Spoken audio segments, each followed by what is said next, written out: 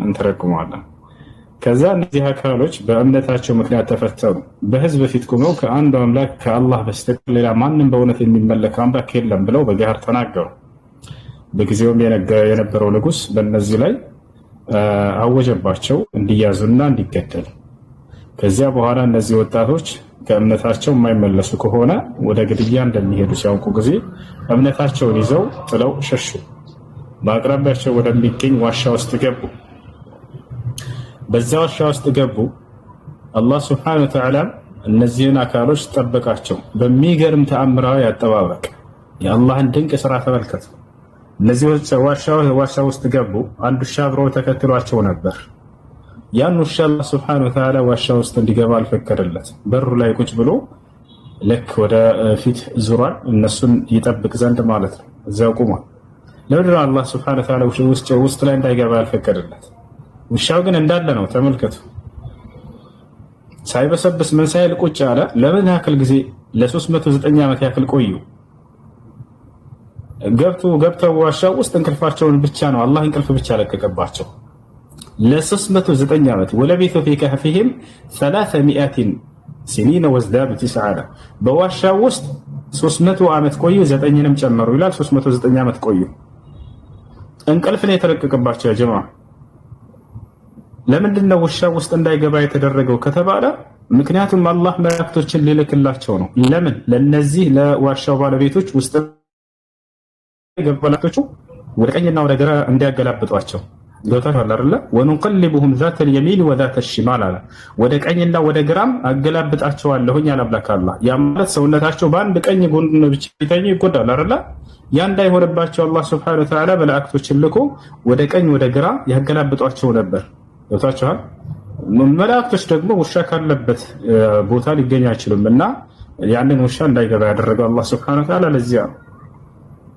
ملاك جبريل عليه السلام من على إنا نحن معاشر الملائكة لا ندخل بيتا فيه كلاب وتماثيل على ملائكة وشانا مثل كان لبث بيت عن الجنين كتاش ولا رن ثلاثيان ولا مدرنا وشا كان لبث بوتا ما يجنيت ملائكة كتب على مكنياتهم ملائكة نزهناتهم طهاراناتهم طهارة بوتا كان مستقر يجين وتشهل يتوسنوا ملائكة سيكروا النزيان ما ناتشوا ملك الموت يموت ملائك رسول يتم بوتا بتون موت توسدها زي كتوسبه كذلك لكن هو كتبت اعمال العباد يسوي انسراء صحافي ملائكتك وان عليكم لحافظين كراما كاتبين يعلمون ما تفعلون بلا بان انت لاي يتكبروا طباقيዎች አሉ ይላል። ገፋቸው وان عليكم لحافظين በእናንተ انت لاي ጠባቂዎች አሉ كراما كاتبين የተከበሩ የሆኑ መላእክቶች ጸሐፊዎች እያለ ገለጻቸው። يعلمون ما تفعلون የምትሰሩትን ሁሉ ስራ ያውቃሉ። እነዚህ አይለያቸው ملائكة الرحمة يزلت ملائكة جن نزيا جاينت نجاسة بطلاء أي الناس بتشا خاصة عشان هذا الكلام من النبي صلى الله عليه وسلم ومن جبريل عليه السلام عام يراد به الخصوص وهي ملائكة الرحمة يزلت ملائكة ناتشن تمتى سببت كل ملائكة دو نجاسة بطلاء جني ما غير الله لفتش ولا ر يعني أن يجبوا زاي قلب تعشون بالملائكة ونقلبهم ذات اليمين وذات الشمال እነዚህ ለ309 ዓመት ማን ጠላት ወደዚያን እዛ እንዳሉ አውቀዋል ንጉሶች ያገሪቱና ሰራዊቶቻቸው በተቻለ አይደለ እዛ እንዳሉ ያውቃሉ። ነገር ግን ሄደው ማውጣት አልቻሉም። እነዚያን ዋሻ ሰዎች ልክ ሲቀርቡ ጊዜ አላህ ሱብሓነሁ ወተዓላ በልባቸው ውስጥ ማንም ጠላት መጥቶ ጫፋቸው እንዳይነካ ሽብርን ይጥልባቸው ነበር፣ ይፈሩ ነበር። لو اطلعت عليهم الى محمد ويزاني ብቅ ብትል ኖሮ لوليت منهم فرارا የምትሸሽ ሆነህ ጀርባህን ስትህበሩት ከነበርና ወለሙሊእተ ሚንሁም ሩዕባ ከእነርሱ ልብህ በሽብር በተሞላች ነበር ይላል። ማንም ጠላት መጥቶ እነሱን ለመያዝ የተፈርቶ የተሸበረ ሆኖ ጀርባውን ሰጥቶ የሚሮጥ ቢሆን እንጂ በሰላም አይቆማትም ነበር እዛ። ይህን ሁሉ አላህ ሱብሓነሁ ወተዓላ ያደረገው ለእነርሱ እንክብካቤ ነው። ምክንያቱም መሲሁን በትክክለኛ መንገድ የተከተሉ መልካም የአላህ ባሪያዎች ነበሩ እነዛ ልጆች። ምን ያህል ሰው ወደሚለው እንምጣ። በደንብ አስተውላችሁ ከሆነ ቁርአን ላይ ምን ያክል እንደሆነ የሚያውቃለ እና በባንከ سيقولون ثلاثة رابعهم كلبهم سيقولون ይላሉ ማለት ثلاثة ሶስት ናቸው ራቢዑሁም ከልቡሁም አራተኛው ውሻቸው ነው ይላሉ። አይሁዶች መጥተው ነቢይ ካሉ በስተቀር የነዛን ታሪክ ማንም ሊያውቅ የሚችል የለም ብለው መጥተው ነቢ ሰለላሁ ዐለይሂ ወሰለም የነቢይነታቸው ማረጋገጫ ይሆን ዘንድ አላህ ይሄን ሰጣቸው። የእነዚህን ታሪክ አላህ ያወረደ በተወቋቸው የሚጣምራ ህዝቦች እንደሆኑ ሙሐመድ ነቢይ ከሆነ የነክ ይነግረናል ብለው መጥተው ጠየቋቸው። ያቀረቡላቸውንም ቻሌንጅ መለሱላቸው።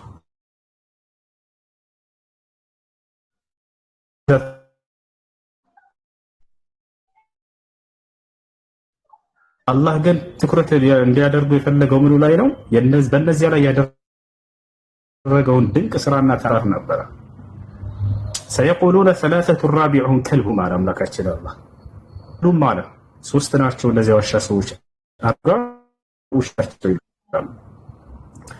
ወየቁሉነ ኸምሰቱን ሳቱሁም ከልቡሁም ረጅመን ቢልገይብ ወየቁሉነ ያሉ ኸምሰቱን አምስት ናቸው ሳዲሱሁም ስድስተኛቸው ደግሞ ውሻቸው ነው ይላሉ። ረጅመን ቢልገይብ የሩቅ ነገርን በመገመት እያለ ተናገረ። አሁን እዚህ ቦታ ላይ ይሄን አላህ ተዓላ በግምት አወገዘው። ይሄን በደንብ አስተውሉ እንድታውቁ። ምክንያቱም እንደ ሻይዑ ኢላ ቀሊል ብሏል አላህ አይደለ? ጥቂት አካል ካልሆነ በስተቀር አያውቃቸውም ብሏል አይደለ? ስለዚህ ጥቂት ከተባለ አብዱላህ ብን አባስ ሲናገር ወአነ ሚነል ቀሊል አለ፣ እኔ ከነዚህ መካከል ላይ ያለሁኝ እያለ ይናገራል። ታዲያ እንዴት ነው ሊያውቅ የቻለው አብዱላህ ብን አባስ? አያውን በደንብ አድርጋችሁ ተደብር እንድታደርጉት ላሳያችሁ። አላህ ሱብሓነሁ ወተዓላ ሶስት ናቸው አራተኛቸው ውሻቸው ነው ያለውንና አምስት ስድስት ነው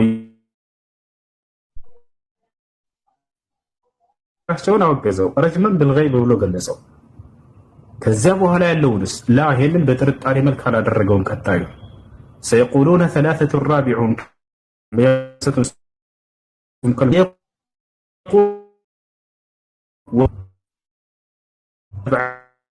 ሰባት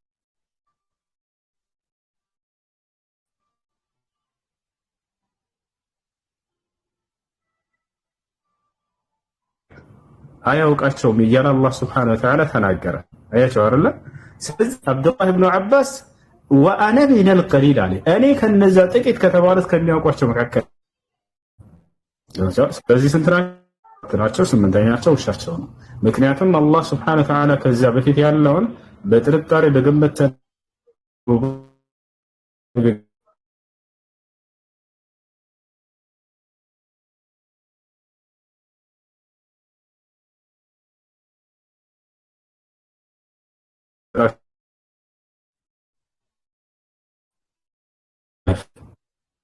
እነዚያ ወጣቶች በተጉ ጊዜ ፈቃሉ ረበና አቲና ምን ለድንከ ጌታችን ሆይ ከአንተ የሆነን እዝነትን ለግሰን አሉ። ወሀይእ ለና ሚን አምሪና ረሸዳ ደግሞ ቅኑን ነገር አመቻችልን ብለው መልካሙን ነገር አመቻችልን ብለው አላህን ለመኑት።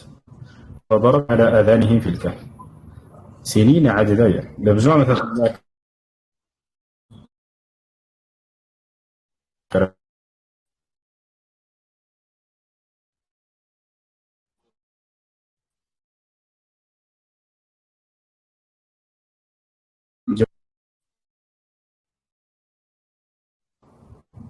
وكذلك بعثناهم ልክ እንዲሁ ቀሰቀስኳቸው አለ ሊየተሳአሉ በይነሁም በመካከላቸው እንዲጠያየቁ ዘንድ ልክ ከ309 ዓመት በኋላ ተነሱ።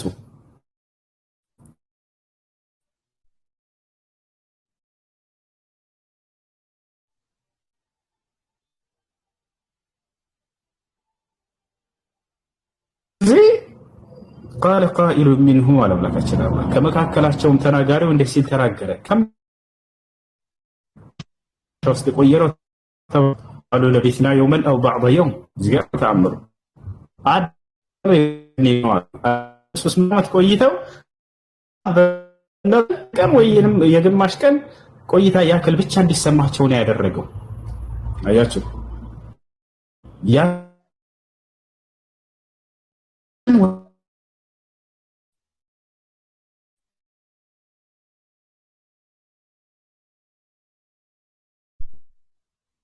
ጌታችን አላህ አዋቂ ነው አሉ።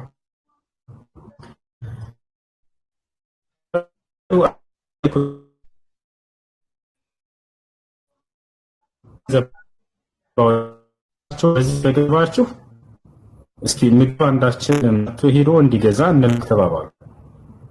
فلينظر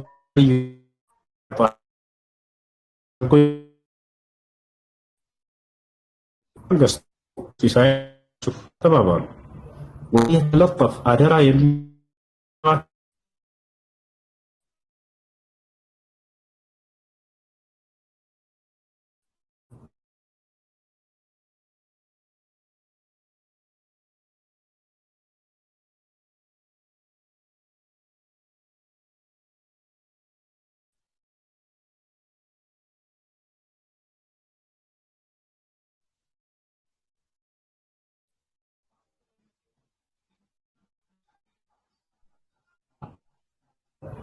አው ይወርዱም ፊለት ከነደ መንገዳቸው ወደ ጣዖታቸው ይመልሷቸው ወለን ትፍለን በመንገዳቸው ከተመለሱ ደግሞ መቼ ሆናት ነው ያስፈራል።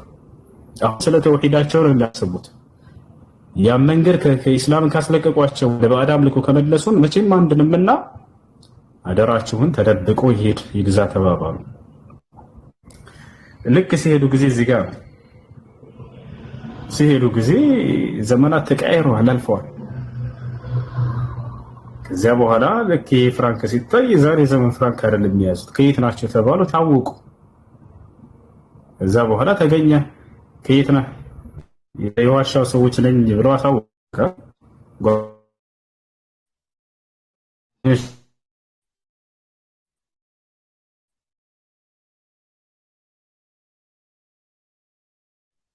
ሱብሃነ ወተዓላ ይቀሰቀሳቸው። አያችሁ ጊዜውን ካመቻቸው በኋላ። ነገር ግን እነዚህ አካሎች ወደ ባዕድ አምልኮ የገቡ ናቸው። ልብ በሉ፣ ወደ ባዕድ አምልኮ የተጠጉ ናቸው። አንዱን አምላክ አላህን ያውቃሉ። ወታቸዋል። እነዚያም የዋሻ ሰዎች ደግሞ በጣም መልካም ሰዎች መሆናቸውን ያውቃሉ። ግን ወደ ሽርክ ገብተዋል። እነዚህ ሰዎች ልብ በሉ፣ እነዚህን ያከብሯቸዋል። ስለዚህ ወከዛሊከ አዕተርና ዐለይሂም አላህ ቀጥሎ ልክ እንዲሁ እነርሱን እንዲገኙ አደረግኳቸው አለ። አገኟቸው። አላህ ነው አውቆ እንዲገኙ ያደረገው። ለምንድን ነው ይሄን ያደረገው? ሊያዕለሙ ሊያውቁ ዘንድ አለ እነ ወዕደላሂ ሐቅ፣ የእኔ የአላህ ቃል ቀጠሮ እውነት እንደሆነ እንዲያውቁ ዘንድ። ምን አይነት ቀጠሮ? አላህ ሙታኖችን ዳግም እንደሚያስነሳቸው ለማሳየት ያደረገው ድርጊት ነው ይሄ። ከ309 ዓመት በኋላ ያው እናስነሳዋቸው እነዚህን። እናንተንም ቢሆን የትንሣኤ ቀን ለማስነሳት ከሙታንን የሚሳነኝ አይደለም የሚለውን ነገር በልባቸው ላይ ሊያጸድቅላቸው አላህ ያደረገው። ወከዛሊከ አዕተርና ዐለይሂም ሊያዕለሙ አነ ወዕደላሂ ሐቅ ወአነ ሰዓተ ላ ረይበ ፊሃ፣ ትንሣኤ ምንም ጥርጥር እንደሌላት ላረጋግጥላቸው ዘንድ ነው አለ። ትንሣኤ ማለት ከሙታን መነሳት ማለት ነው። ያውና ከ309 ዓመት በኋላ እነዚህን ያስነሳሁኝ አምላክ እናንተንም ነገ የትንሣኤ ቀን ማስነሳት ለእኔ የሚሳነኝ አይደለም የሚለውን ሊያረጋግጥላቸው ዘንድ ነው አላህ ሱብሓነሁ ወተዓላ። ኢዝ የተናዘዑነ በይነሁም አምረሁም፣ በመካከላቸውም በነገራቸው ላይ ሲጨቃጨቁ በነበር ጊዜ ይላል። ፈቃል ብኑ ዐለይሂም ቡንያና፣ ከዚያ በኋላ እነዚህ ሰዎች ተመልከቱ በእነርሱ ላይ ቤተ አምልኮን ሰሩባቸው ተባባሉ። ለታቸው ቃል الذين غلبوا على أمرهم لنتخذن عليهم مسجدا፣ በነገራቸው ላይ ያሸነፉ አካሎችም በእነርሱ ላይ ቤተ አምልኮን እንሰራባቸዋለን አሉ። እና ይህ ነው ጻድቆቻቸውን መልካሞቻቸውን إنهم إذا مات فيهم الرجل الصالح بنوا عليهم مسجدا እንዳሉት ነብዩ ሰለላሁ ዐለይሂ ወሰለም لعنة الله على اليهود والنصارى ያሉ ይናገራሉ። እነርሱ ጻድቆቻቸው ላይ በሚባሉ ጊዜ በእነርሱ ላይ ቤተ አምልኮን ይሰሩባቸዋል ብለው ተናገሩ። ከዚያ በኋላ የዒሳን መንገድ የበረዙ ሰዎች ናቸው እነዚያ ሰዎች። በእነዚህ ጻድቅ ናቸው ቅዱስ ናቸው በሚል ቤተ አምልኮ ሰሩባቸው። በዚያ ለነተኺዘነ ዐለይሂም መስጂዳ እያለ ይናገራል። እንዳጠቃላይ ይህ ነው የዋሻው ሰዎች ታሪክ። እጅግ በጣም አስደናቂ አካሎች ናቸው። ወተረ ሸምሰ ኢዛ ጠለዐት ተዛወሩ ዐን ከህፊሂም ይላል። ፀሐይ በምትወጣ ጊዜ እነርሱን እንዳታንጸባርቅላቸው አላህ የፀሐይን አቅጣጫ ሁሉ ይቀይርላቸው ነበር። የሚገርማቸው ذات اليمين وإذا غربت تقرضهم ذات الشمال وهم فجور ذلك من آيات الله። الله ድንቅ ተአምራቶች ነው እያለ ይናገራል። እነዚህን መልካም ባሮች አላህ ወዷቸዋልና የፀሐይን አቅጣጫ ለእነሱ ሲል ይቀይርላቸው ነበር። በዋሻው በምታልፍ ጊዜ እንዳታንጸባርቃቸውና እንዳትጎዳቸው እያለ አያችሁ። ፀሐይ አላህ ሱብሓነሁ ወተዓላ ይቀይርላቸው ነበር አቅጣጫውን። እና እነዚህ ናቸው አሽራ ሰዎች እጅግ በጣም አላህን የሚፈሩ ደግና መልካም የተውሂድ ባለቤቶች ነበሩ። ፈቃሉ ረቡና ሰማዋት ወልአርድ አሉ። በንጉሱ ፊትና በሀገሪቱ ህዝብ ፊት ላይ ቆመው ይሄ የተናገሩት ጌታችን የሰማያት የምድር ጌታ አንዱ አምላክ አላህ ብቻ ነው አሉ። ለን ነዕቡደ ሚን ዱኒሂ ኢላህ ለን ነድዑወ ሚን ዱኒሂ ኢላህ ከእሱ በስተቀር ሌላ ማንንም አማልክቶች አንጠራም ያሉ ጀግኖች ናቸው። እና ይህን ይመስላል። እሺ ዜዶ መናገር ትችላለህ ወይንም መናገር ትችላለሽ? አንድ ልጨምር አንዴ። እሺ ዜዶ መናገር ትችላለሽ ወይስ በውስጥ ናልሽ?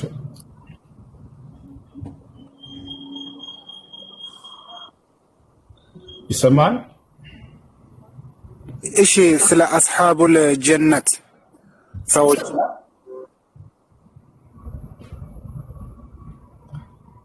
እሺ ሌላ ጊዜ እናወራለን። ወንድም ሌሎች እድል እንስጣቸው። አስሐቡል ጀና ሱራ ኑን ላይ ተጠቅሰዋል። የታሪክ ሰዓት ሌላ ጊዜ ኢንሻአላህ። እሺ ጥያቄ አለ ገንጥል ሌላ ከላይ ዳሱ እሺ ሱረቱል ፊልም አለ ሌላ ጊዜ ኢንሻአላህ። ዳሱ ደሱ እሺ ናሙስ አሎ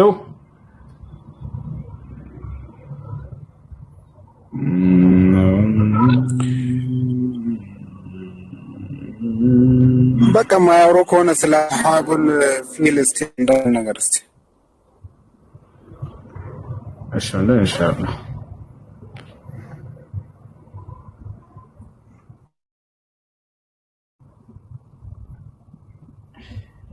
أصحاب الفيل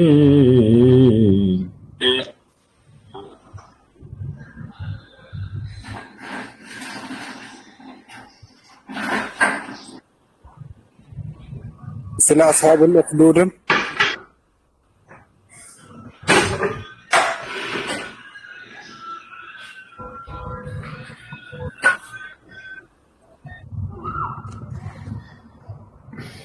እንደውም አጠገብህን መጥቼ ብታስቀረኝ ደስ ይለኝ ነበር ወላሂ።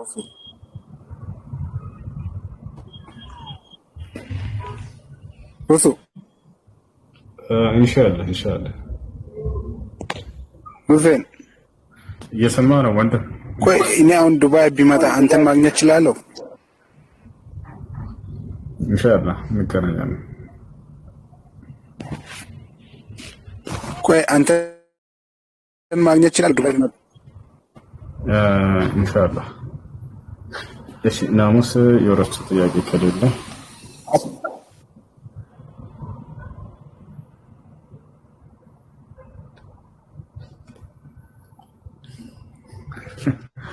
እሺ እንጀራ አትችልም እያለ ነው። እንጀራ አትችልም እያለ ነው። ይሻላል።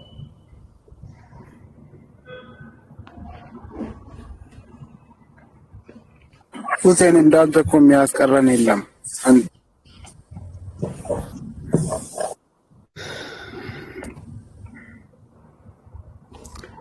እሺ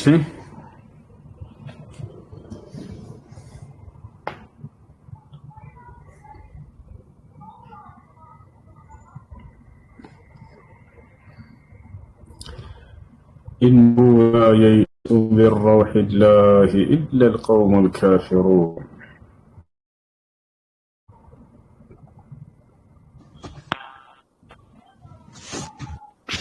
السلام عليكم. عليكم السلام ورحمة الله وبركاته. አንድ ጥያቄ ነበረኝ።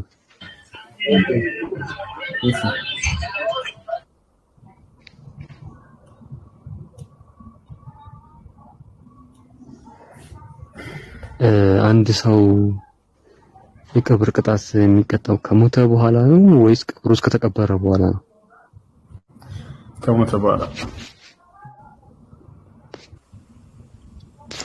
ከነዛ ባይቀበሩም የቀብር ቅጣት አለባቸው ማለት ነው? አዎ። ሽኩራን። ያው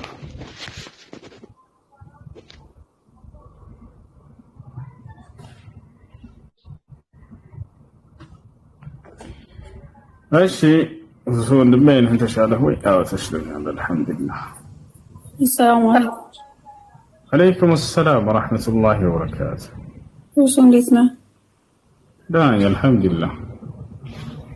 እኔ የምልህ ውዶ ማድረግ እንዴት ልበልህ?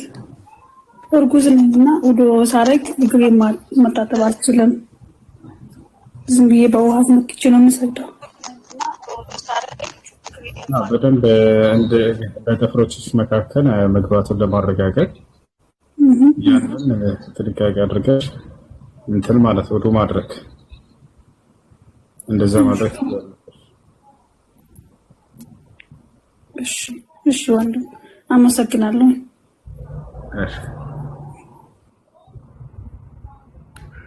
እሺ السلام عليكم. عليكم السلام. እንዴት ነህ? ሴት መላጣ ከሆነች ሂጃብ ማድረግ ግዴታ ነው እንዴ ይላል። አዎ ባሏ እንዳታንጸባርቅ ነው። እሺ ምን አልከኝ?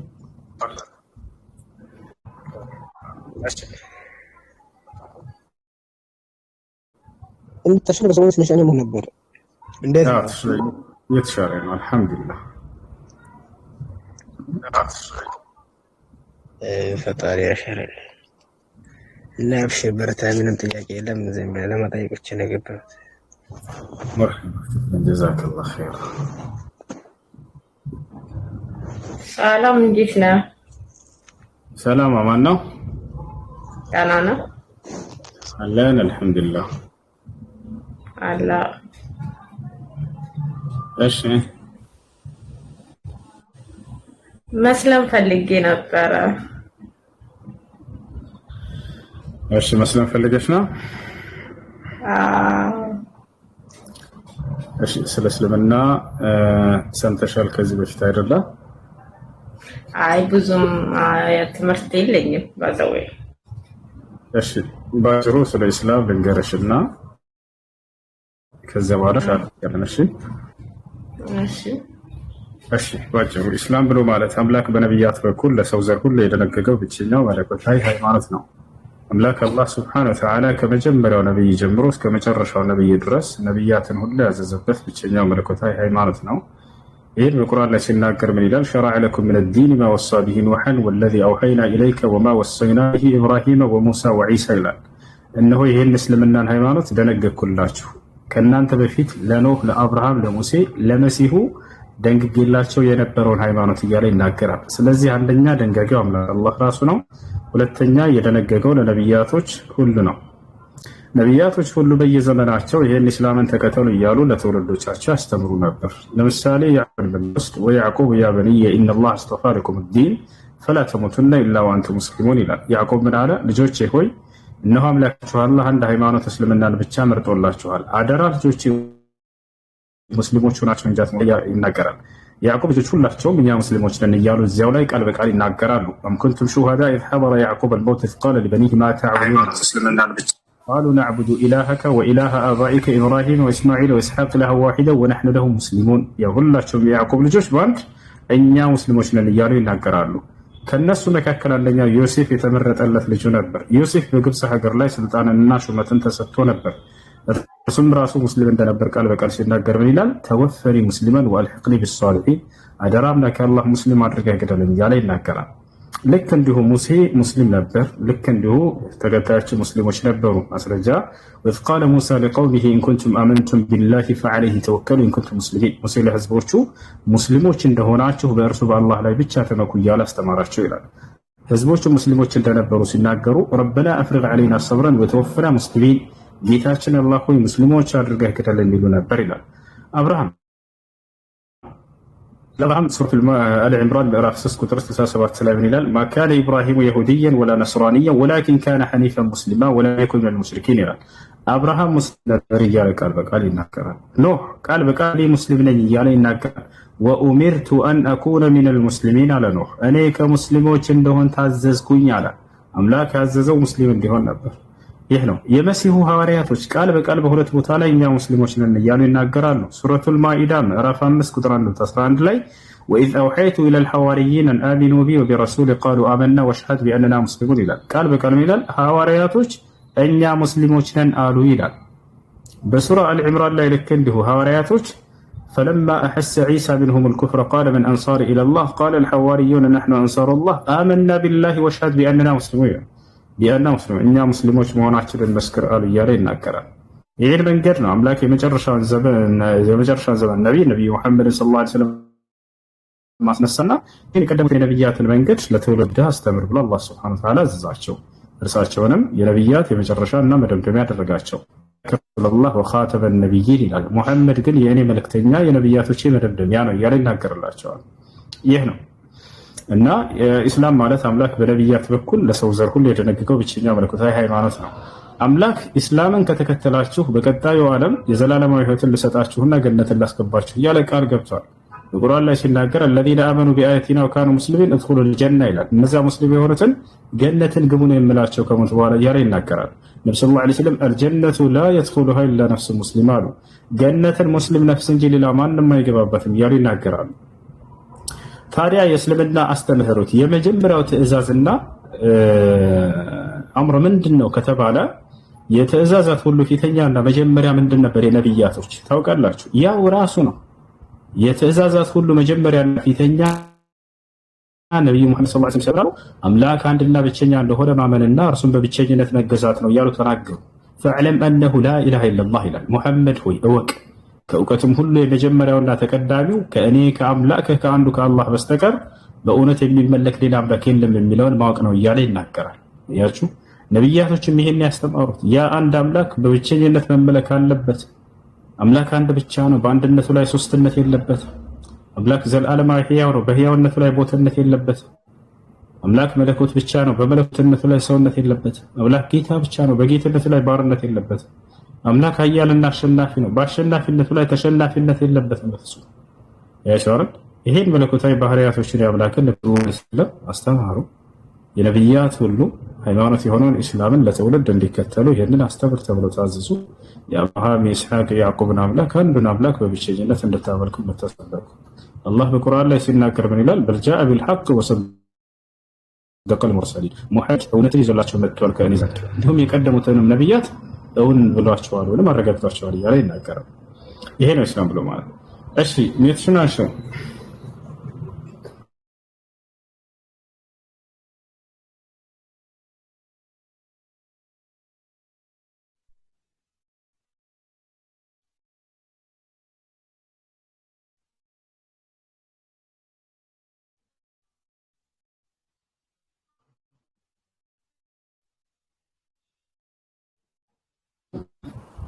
أشهد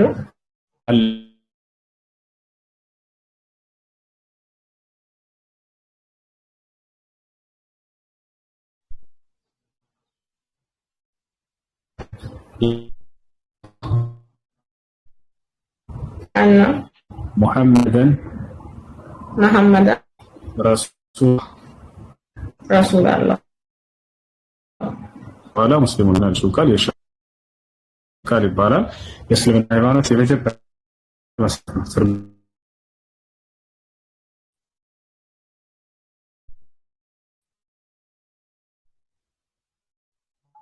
አነ ሙሐመድን ረሱሉላህ ሙሐመድን የአላህ መልእክተኛ ናቸው ይመሰክራሉ ማለት ነው። ይሄ ነው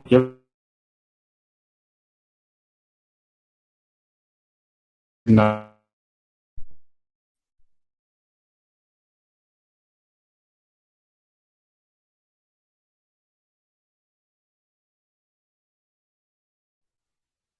ወገሱል ይተባሉ ተባሉ። እነሱ ምን አሉ? እነሆ በአምላካችን በአላህ አምናል ባከው መልእክተኛና ነብይ አምናል ያቀበሉ ወሽሀድ እዚህ ይሙታል ምን ነው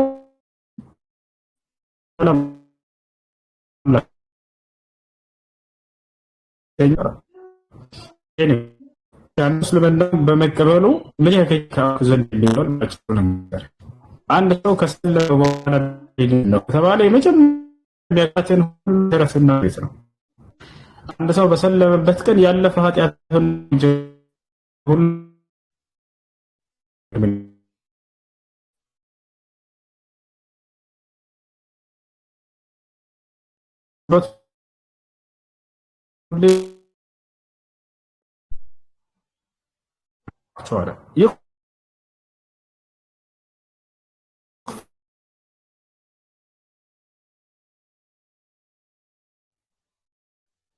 ሁሉ ይማቸዋል።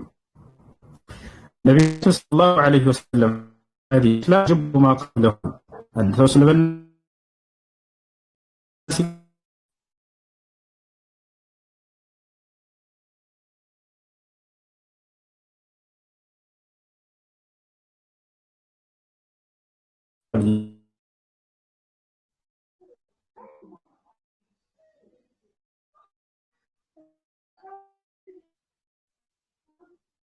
ዲ ሐኒፋ ይላል የሰው ልጅ ሃይማኖት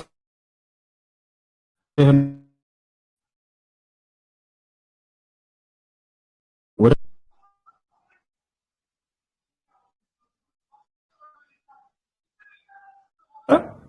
ላ ተብዲል ለኸልቂላህ የእኔ የአላህ ፍጥረታቶችን እምነታቸውን መቀየር አይችልም። እምነታቸውን አትቀይሩባቸው፣ ለፈጠርኳቸው ተዋቸው።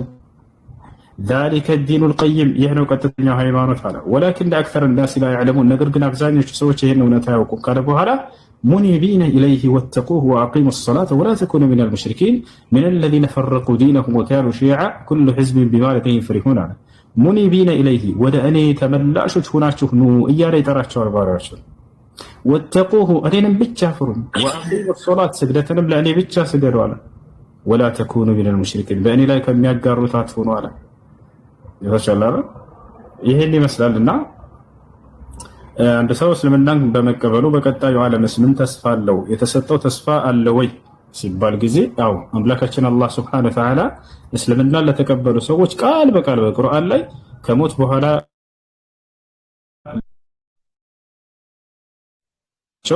ልክ እንዲሁ ደግሞ በዚያ ላይ ገነትን ሊያወርሳቸው ቃል ገብቷል። ይሄ በቁርአን ላይ ሲናገር ሱራ ሉቅማን ላይ ምን አለ? إن الذين آمنوا وعملوا الصالحات لهم جنات النعيم خالدين فيها وعد الله حقا وهو العزيز الحكيم على النزيا بأني آمنوا ملكامن يسر السوج لأن رسو جنة التشوالة درسوا موست زوتاري وجناتشو يأني كالم أونتنو أنا عشنا في النات ببنياهم كن يملكتشو من يالين نكرا بل إلا أبو تعالى من الله سورة البقرة لي وبشر الذين آمنوا عليه ملك وعد الله الذين آمنوا وعملوا الصالحات جنات لا እነዚያ በእኔ አምነው መልካምን ለሰሩ ሰዎች ገነትን ቃል ገብቼላቸዋለሁ እያለ እርሱ ራሱ ቃል እንደገባልን ይነግረናል። በሌላ ቦታ ላይ ليدخل المؤمنين والمؤمنات جنات ይላል። የወንድ አማኞችንም የሴት አማኞችንም ገነትን ላስገባቸው ቃል ገብቼላቸዋለሁ እያለ አምላክ አላህ Subhanahu Wa Ta'ala ቃሉን ራሱ ይሰጠናል። ልክ እንዲሁ ነብዩ ሰለላሁ ዐለይሂ ወሰለም ሐዲስ ላይ ምን አሉ? الجنة لا يدخلها إلا نفس مسلمة ገነትን ሙስሊም ነፍስ እንጂ ሌላ ማንንም አይገባባትም ከወዲሁ እያሉ ይናገራሉ ማለት ነው። ይሄን ይመስላል። ከላይ ያለችው ልጅ ዚክራ የምትባለውን ፎሎ አድርጊ ማለት ትምህርቶችን እንድትማሪ ግሩፕ እንድትገቢ ታግዝሻለች። ከሷ ጋር አውርሽ።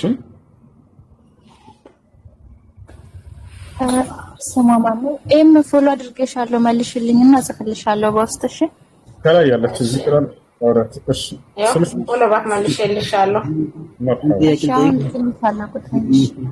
እሺ ጥያቄ ምንድነው?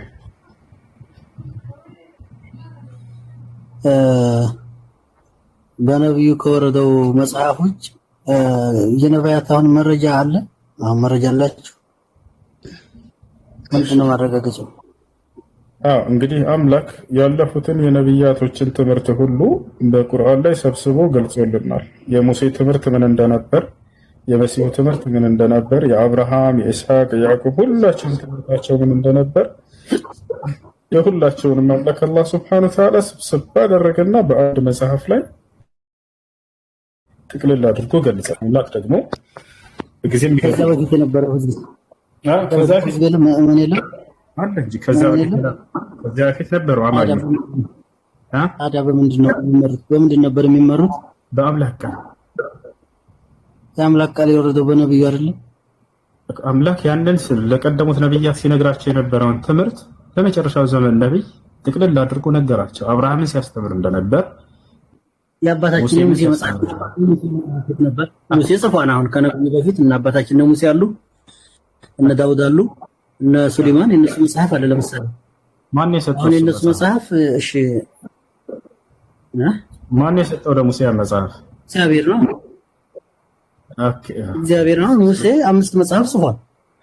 ኦኬ አንዴ አምላክ የሰጠውን መጽሐፍ፣ ስለዚህ ያንን ቃሉን ነበር ሲጽፍ የነበረው። ያን የሰጠው አምላክ ለሙሴ የሰጠው አምላክ ለነብዩ መሐመድ ሰለላሁ ዐለይሂ ወሰለም ተገለጠና ከርሱ በኋላ ሙሴን ሲያስተምር እንደነበር ነገራቸው። በዚህ በቁርአን ላይ ነፍ የሙሴን ትምህርት ሰጣለሁ ከፈለክ። እሺ በዚህ እሺ እንስማ። ለነብዩ ሰጠው ነው በልሽ። ከዚያ በፊት አይሰማም? ድምጽ ይሰማል? ይሰማል። ተግባብተናል። ያሉትን መሰለህ ለነብዩ በፊት የነ ሙሳ መጽሐፍ፣ የነ ሙሳ መጽሐፍ፣ የሌሎችም ነቢያት መጽሐፍ፣ የነ ኢሳይያስ መጽሐፍ። ታዲያ የሙስሊም ህዝብ እንዴት ነበር? እሺ ሙስሊም አለ እዚያ በፊት በየዘመናቱ ከአዳም ጀምሮ ሙስሊሞች ነበሩ። እሱ ይሰማ እንደልሴ ይሰማል። ከአዳም ጀምሮ ሙስሊሞች ነበሩ። ነብያቶች ሙስሊሞች ናቸው። ሙስሊሞች እንደሆኑ ማስረጃችሁ አምላክ ነገረን። አምላክ በሆነ ጊዜ ላይ ለአንድ ነብይ እንዴት ማረጋገጥ ይቻላል? የመጣው ይሄ በነብዩ ነው ወይ መጽሐፉ የወረደው? ይሄ ሁሉም የነ ሙሳ ከማን ነው የወረደው? ለነብዩ በለው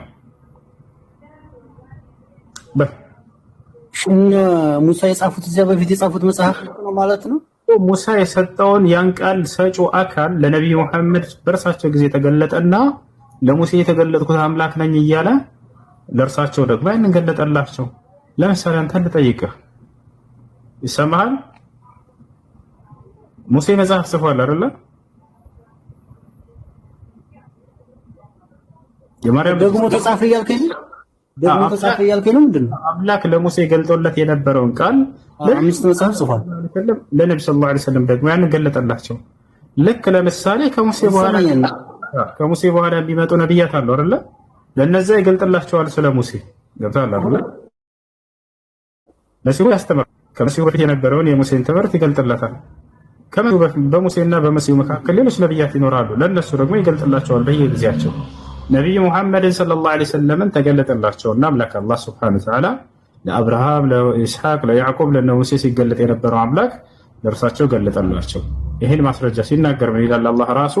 ኢና አውሐይና ኢለይከ ከማ አውሐይና ኢላ ኑሕን ወነቢይነ ሚን ባዕዲህ ወአውሐይና ኢላ ኢብራሂመ ወኢስማዒለ ወኢስሐቀ ወአዩበ ወዩኑሰ ወሃሩነ ወሱለይማነ ወአተይና ዳውደ ዘቡራ። ሙሐመድ ሆይ እኔ ለአብርሃም፣ ለኢስሐቅ፣ ለያዕቆብ ይገባኛል። ተረጋጋ እንጂ ቀስ በል። እኔ ለአብርሃም፣ ለኢስሐቅ የነዚህ ረበ ፈጣሪ ለምን ትረብሻለህ? አዳምጥ እንጂ በርስ ምን አልረበሽኩም። አርኔ የረበሽኩ አይደለም። በስርዓት ነው የጠየቅኩ ያለሁት። ለማወዛገብ መሞከር ሳይሆን እኔ እያልኩ ያለሁት ሐሳቤን ተረዳኝ። አሁንም ዘረዝርልኝ እኮ ከቁርአን ያገኘው ነው። አይዋ ስለዚህ አንተ የትም አልሄድም። እኔ እኮ አዳምጥ ከዚያ በፊት ያለ መረጃ ስጠኝ ነው እያልኩ ያለሁት። ኦኬ አንተ ሙሴን አብርሃምን ታውቀዋለህ? አብርሃም ታውቀዋለህ? እንዴት አላውቀውም? አውቃለሁ እንጂ። በጣም ጥሩ። በአብርሃም ጊዜ ከነበረ መጽሐፍ ስለ አብርሃም የሚናገር አንድ መጽሐፍ አምጣ። የሙሴን አልቀበለም ያስኬዳል። ለዚህ አብርሃምን በማን በኩል ያወቀው አንተ? ለምን አብርሃምን በማን በኩል ያወቀው? መልስ። በሙሴ። ስለዚህ ከሙሴ መጽሐፍ አልቀበልህም። ከዛ ሙሴ ነው መጽሐፉን የጻፈው ሙሴ። ታሪክ ነው። ሙሴ ከአብርሃም በኋላ እኮ ነው የመጣው። የጌታ ሰው እንደሱ ይሻላል። እንዲህ አይነት አካሄድ ነው። ኖ እንደዛማ አይደለም። ጥያቄን በጥያቄ ሳይሆን ያው በቃ ጥያቄን በጥያቄ አይደለም። ነው ያንተ የራስህ የመጣበትን አካሄድ ነው የሚሄድልህ። ሙሴ እንዴት ስለ አብርሃም ኖ ኖ አይደለም። ሙሴ አብርሃም ያውቅ ይችላል። እንደዛ አይደለም። ምን እያልኩ አለሁት? ሙሴ ተረጋጋ። ሙሴ ስለ አብርሃም አታቋርጥ እንጂ አትረብሽ። ሙሴ ስለ አብርሃም እንዴት ሊያውቅ ቻለ? ሎጂክ ነው ይሄዳል። ኖ ሎጂክ አይደለም፣ ይሄ ፋክት ነው እንጂ። በቃ ጥሩ እንደሱ ከሆነ መልሰው። በጣም ጥሩ። ምን እያልኩ አለሁት አሁን? ሙሴ በመጽሐፉ ላይ ስለ አብርሃም በዚህ ልስማማሽ። አዳምጥ እንጂ ረጋ በል። ጥያቄውን መልስ። ሙሴ ስለ አብርሃም እንዴት ሊጽፍ ቻለ? መልስ። እኔ ጠየቅኩ ማለት እየጠየቅኩ እኮ ነው። እንዴት ትጠይቀኛለህ? እኔ መለስኩልህ። እሱ አልጣመም። መጀመሪያ ጠይቄሃለሁ። እሱ አልጣመም አይደል? መልስ አንተ። ሙሴ ስለ አብርሃም እንዴት ሊጽፍ ቻለ? መልስ። ከእግዚአብሔር ነው፣ ተሰጥቶት ነው። ጻፍተው አይደለ? ነብዩ መሐመድ ሰለላሁ ዐለይሂ ወሰለም ስላለፉት ነብያት የጻፉት ከአምላክ ነግሯቸው ነው። ያው ራሱ መልስን አገኘው። እሺ ለምን ተደግሞ ተጻፈ? እሺ ለምን ተደግሞ ተጻፈ? ስለዚህ ኢየሱስ ክርስቶስ እንዴት ደግሞ እንደገና ስለቀደሙት ነብያት ስለ አብርሃም ለምን ጻፈ? ሙሴ ጽፎ የለም እንዴ? እንዲህ አይነት አካሄድ ላይ እኮ ነው። ሎጂክ ነው እየሄድክ ያለው።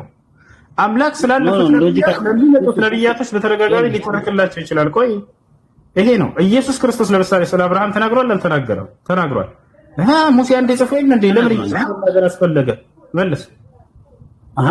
እንደዚህ ብለው ነበር እያለ እኮ ነው። እንደዚህ ነቢያቶች መጀመሪያ ስለ ኢየሱስ ክርስቶስ ተናግረዋል። እንደሚወለድ ምንድነው እና አብርሃም እንዲህ ብለው ነበር እያለ ነው የሚናገረው። የሚገርም ቃል በቃል ልንገርህ ወላሂ ወኢዝ ቃለ ኢብራሂም ወኢዝ ቃለ ሙሳ ወኢዝ ቃለ ዒሳ። ያው አብርሃም እንዲህ ባለ ጊዜ ሙሴ እንዲህ ባለ ጊዜ እያለ የእነሱን ቃል ነው ልክ አንተ ባልከው መሰረት ቁርአንም እየተናገረ ያለው።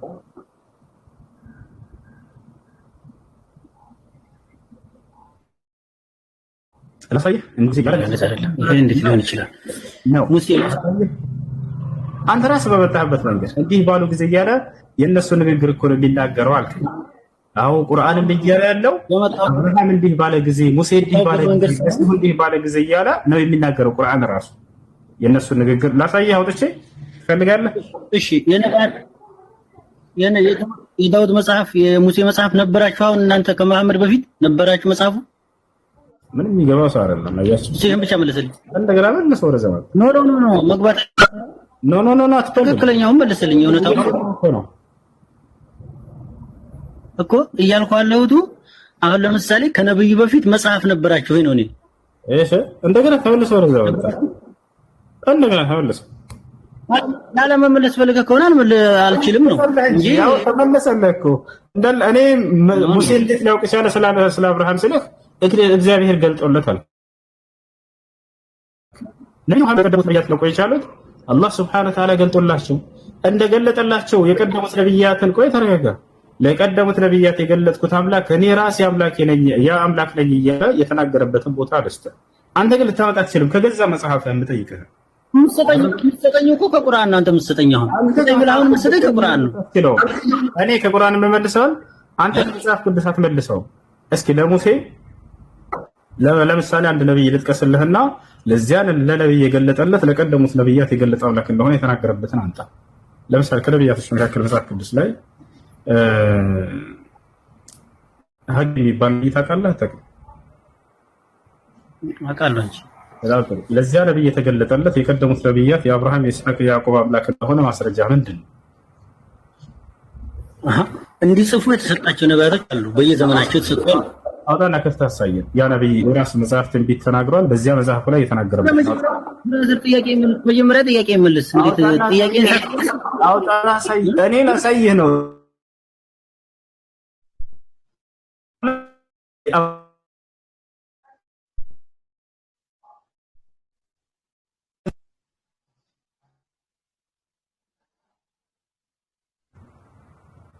يلا ይኸውልህ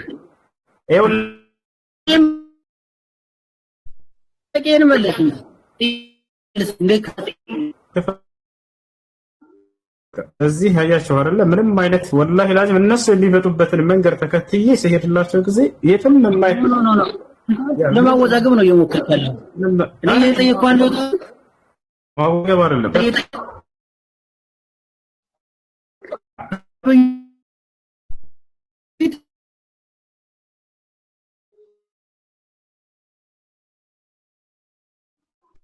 መጽሐፍ የላችሁም ነው እያልኩ ያለሁት። ለመጨረሻ ጊዜ እንትን ልበለህ፣ ለመጨረሻ ጊዜ እንትን ልበለህ። አንድ ነብይ ስላለፉት ነብያቶች አምላክ መለኮታዊ ቃልን ይገልጥለታል።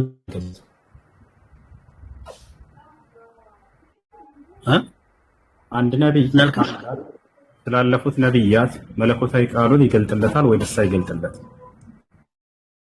እንደወሷቸው ነው። አንድ ነብይ ጥያቄ ራሱ ምንም አይገባም። ራሱ አይገባም። ጥያቄ ለመረዳት ራሱ አይደለም ለመመለስ። ነብይ ስላለፉት ነብያት ትምህርታቸው ይገልጥለታል ወይስ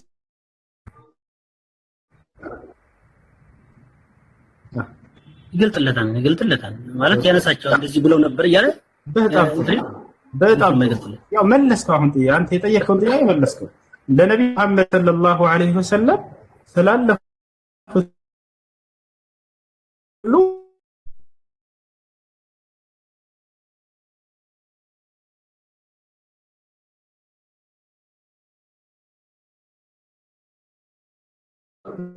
እሺ እኔ አሁን በማረጋግጥበት መንገድ አንተ ከመጽሐፍህ ከሌላ መጽሐፍ አልጠይቅህም፣ ከመጽሐፍህ ማረጋገጥ ትችላለህ? ምን እንደገለ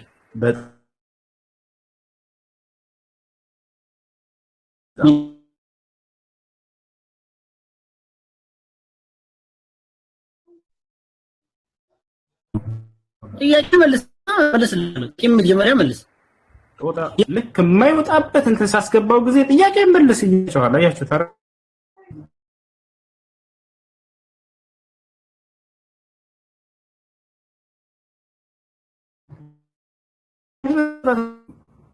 ሙስሊም ፊት እንደዚህ መጻፍ አትችሉም። ገብታችኋል? በእነሱ ቤት የሆነ በቃ ከእምነት ውጭ ሆነው ነው የሚጠይቁት። ልክ ሙስሊሞች ጋር ሲመጡ ከመጽሐፋቸው አካሄድ ውጭ ሆነው ነው የሚጠይቁት። ገብታችኋል አይደል? ይሄ ነው። አንድ ነብይ ስላለፉት ነብያቶች አምላክ ይገልጥለታል። ለምሳሌ ብዬ አነሳውለት ሙሴ ስለ አብርሃም ገልጦለታል ወይ? አዎ ገልጦለታል።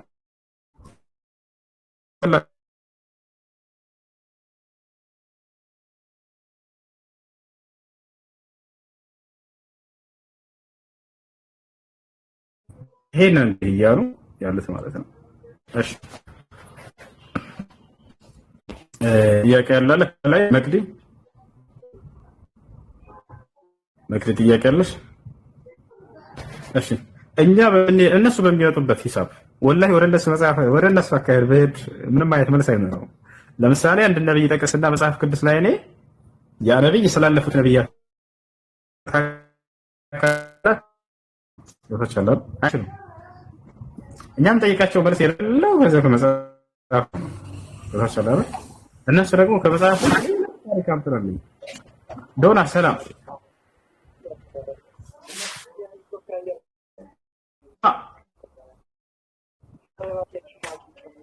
ዱር አለ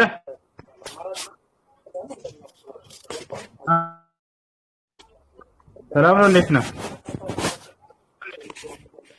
አለን ይመስገን።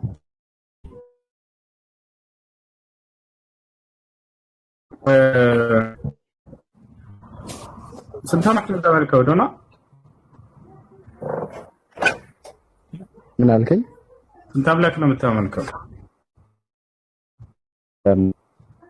ያ አንድ አምላክ ስላንተ ኃጢአት ብሎ ሞቶልህ?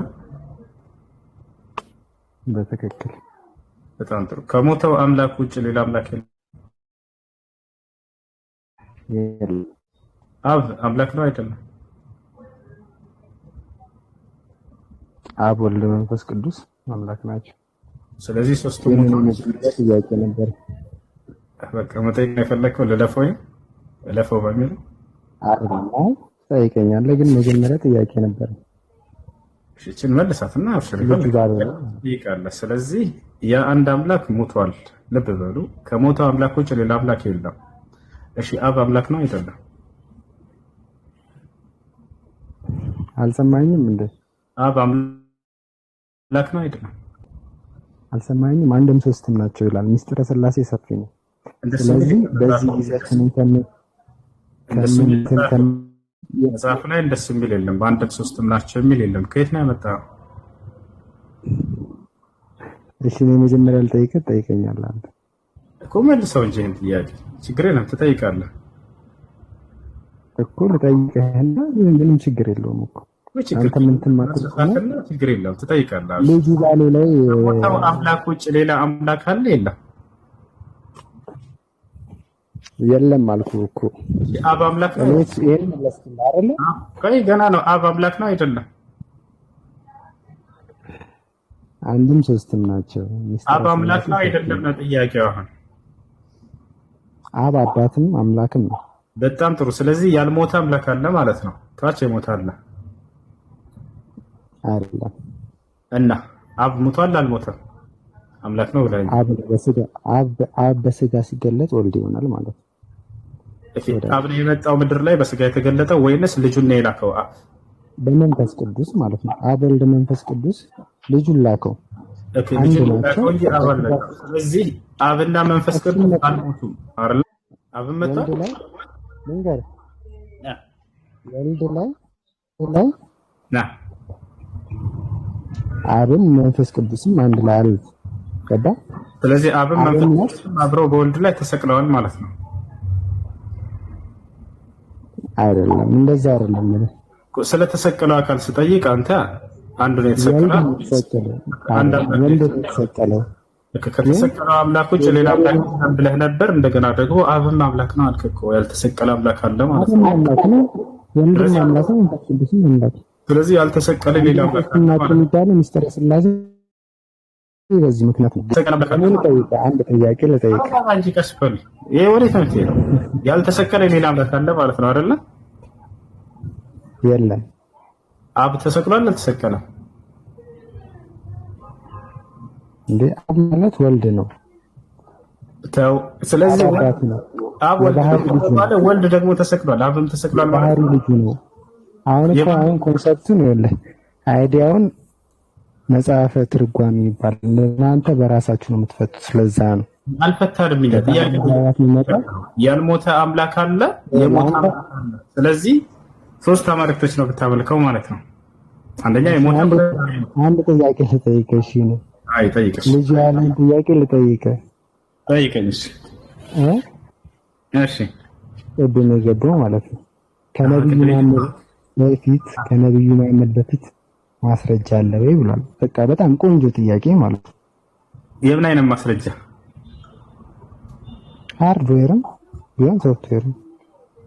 ከዛ በፊት የነበረ ወረቀት ፈልገህ ነው? ሙስሊም መሆናቸው ማለት ነው። ሙስሊም መሆናቸው እኮ በመጽሐፍ ቅዱስ ሙስሊም ናቸው ስላልከ ከመጽሐፍ ቅዱስ አይደለም። በዛ መጽሐፍ ላይ ሙስሊም መሆናቸውን ላሳይህ ነብያቶች ትፈልጋለህ? ምን ላይ? በገዛ መጽሐፍ ቅዱስ ላይ ነብያቶች ሙስሊም መሆናቸውን ላሳይህ ትሰልማለህ? ዛሬ እንደ መጽሐፍ አልሰልም። ምንም ብትለኝ አልሰልም። ይኸውልህ፣ ስለዚህ ማስረጃ ትፈልጋለህ? ያያቸው ክርስቲያኖች ከቁርአን ውጭ ስጡን ይላሉ አይደለ? ችግር የለውም ከመጽሐፍህ ልስጥህ እያልኩት አይቀበልም። ወላሂ ማወቅ አይደለም የሚፈልጉት፣ መረዳት አይደለም የሚፈልጉት፣ እውነታን አይደለም የሚፈልጉት። ብዙ ክርስቲያኖች፣ ሁሉንም አይደለም፣ እውነትን የሚፈልግ ድንበር አልፎ የሚከታተል ክርስቲያን እንዳለ አውቃለሁ። ከገጽ ሰው ልስጥህ የምትፈልገውን እውነት እየተባለ አልፈልግም ይላሉ። ላ ሐውለ ወላ ቁወተ ኢላ ቢላህ። በመጽሐፍ ቅዱስህ ላይ እስልምና ትክክለኛ ሃይማኖት እንደነበረ የነብያቶች ሃይማኖት እንደነበር ቃል በቃል እስልምና የሚለው ቃል ነው ማሳየህ። እስልምና እግዚአብሔርን በብቸኝነት ማምለክ እስልምና የሚለውን ቃል ላሳየህ ነበር እኮ። አንድን አምላክ በብቸኝነት ማምለክ እስልምና ብሎ ነው መጽሐፍ ቅዱስ ያስቀመጠው። ሙስሊም የሚለውን ቃል በቃል አሳያለሁ በገዛ መጽሐፍ ቅዱስ። ሰው እንዴት ለእውነት አይገዛም? ሰው እንዴት በያዘው መጽሐፍ ላይ እውነትን ካገኘ ለምንድን ነው የማይቀበለው? ይሄን መጽሐፍ እሺ አንቀበልም አላችሁ ቁርአን። ከገዛ መጽሐፋቸው ላይ እንስታቸው እያላችሁ ያህዝናል። እሺ ከላይ ሰላም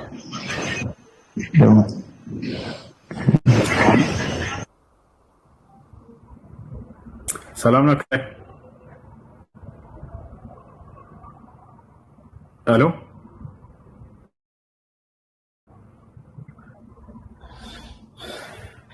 እስኪ ንገረን የሚል አለ። ምናልባት እውነት የሚፈልጉ ሰዎች ይኖራሉ። እናሳያችሁ እስልምና የሚለውን እናሳያችሁ። ለአንዱ አምላክ መገዛት እንግዲህ ኢስላም ብሎ ማለት አልኢስቲስላሙ ሊላህ ለአንዱ አምላክ በብቸኝነት መገዛት ማለት ነው። በመጽሐፋችሁ በገዛ መጽሐፋችሁ ላይ ለአንዱ አምላክ መገዛት ኢስላም ማለት ነው ብሎ ያስቀመጠበት እናሳያችሁ። ተመልከቱ። ባይብል ላይ እንግባ ልጆች። لكل من يريد الحق እውነትን ለሚፈልግ ሁሉ ይሄ ባይብል ላይ ይታያችኋል። ባይብል ይላል። ባይብል ላይ እንገባለን። ከዚህ ከኦሪት ዘፍጥረት እስከ ራእይ ድረስ አለላችሁ። ወደ አማርኛ እንቀይረዋለን። ያውና ከኦሪት ዘፍጥረት እስከ ራእይ እስከ መጨረሻ ድረስ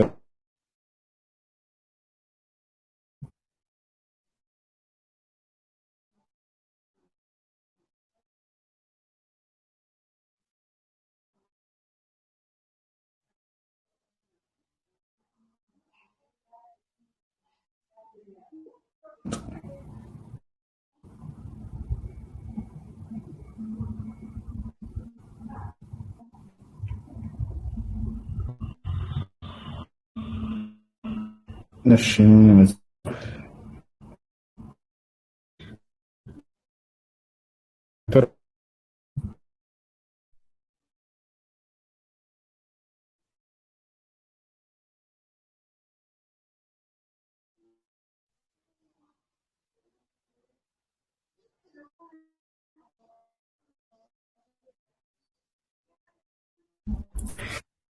ኢዮብ ይታያቸዋል። ምዕራፍ 20 ቁጥር 21 ምን ይላል? ለእግዚአብሔር ተገዙ ይላል፣ እርሱም ጋር ተስማሙ እያለ ይናገራል።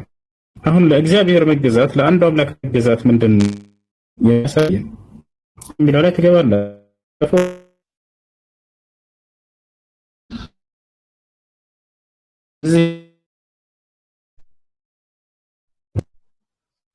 ወደ አማርኛ እንቀይረው እንመልከት። ያው ወደ ኢዮብ ራስ ትሄድ ይላል። እንሄዳለን። ሰምተናል፣ ታዘናል፣ ሰምዕን ወጣዓ እዚህ ጋር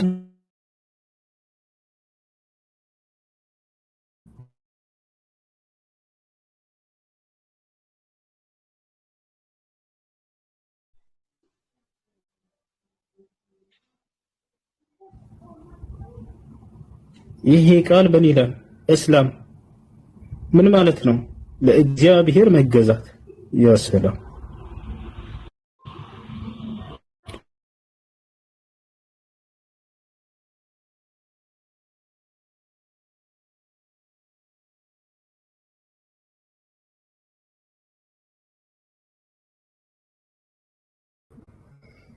እሺ ጥያቄ ያለው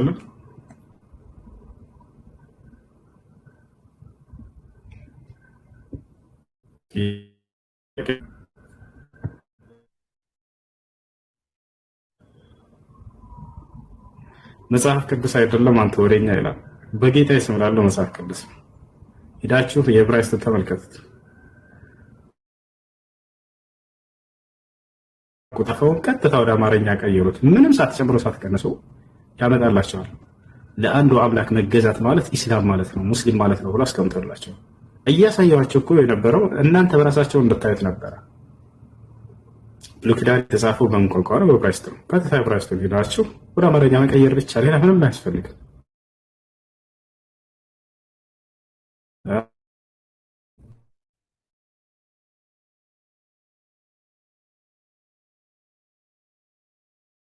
ወአለይኩም ሰላም።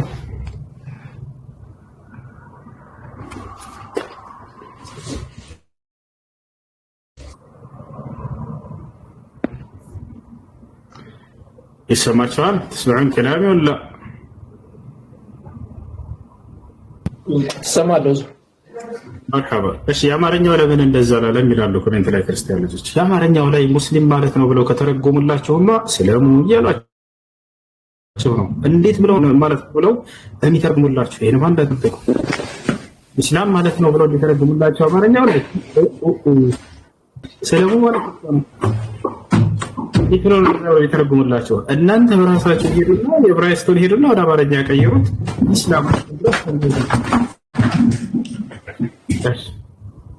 ይሄን ይመስላል። ያማ ሰለሙ እያወራችሁ ነው ሙስሊም ብለው ከተረጎሙላችሁ እናንተ በሰጣችሁ ምዕራፍና ቁጥር ይዛችሁ ሄዳችሁ የዕብራይስጡን ወደ አማርኛ ቀይር አድርጋችሁ በራሳችሁ ተመልከቱት። የዛኔ ሙስሊም ብለው አስቀምጡታል። እሺ ጥያቄ ያለ ካለ መጠየቅ ይችላል። መቂ ማውራት ትችላለሽ?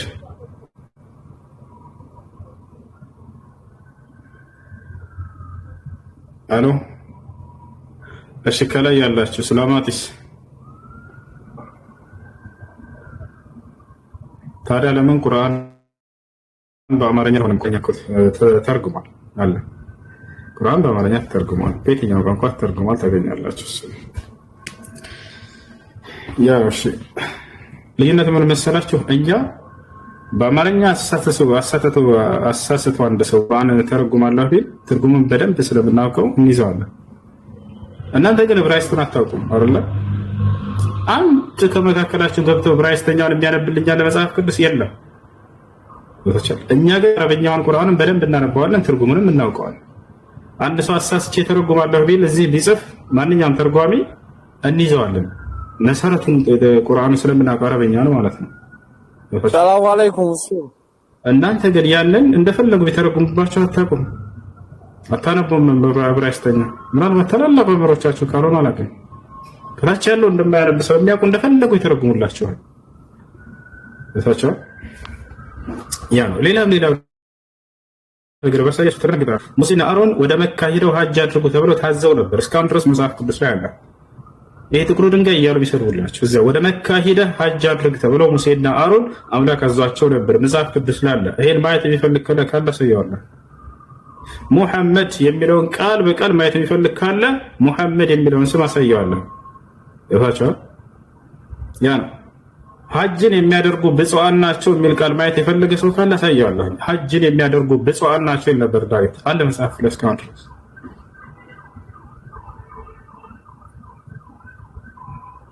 ይሄን ይመስላል።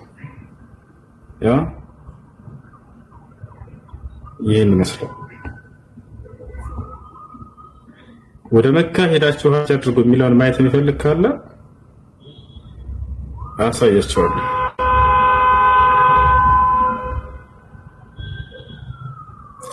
አታሽንድም ማን ያወጣው መጽሐፍ ቅዱስ አይደለም፣ ወላሂ መጽሐፍ ቅዱስ ነው። እኔ ከራሴ አንዳች አልናገርም።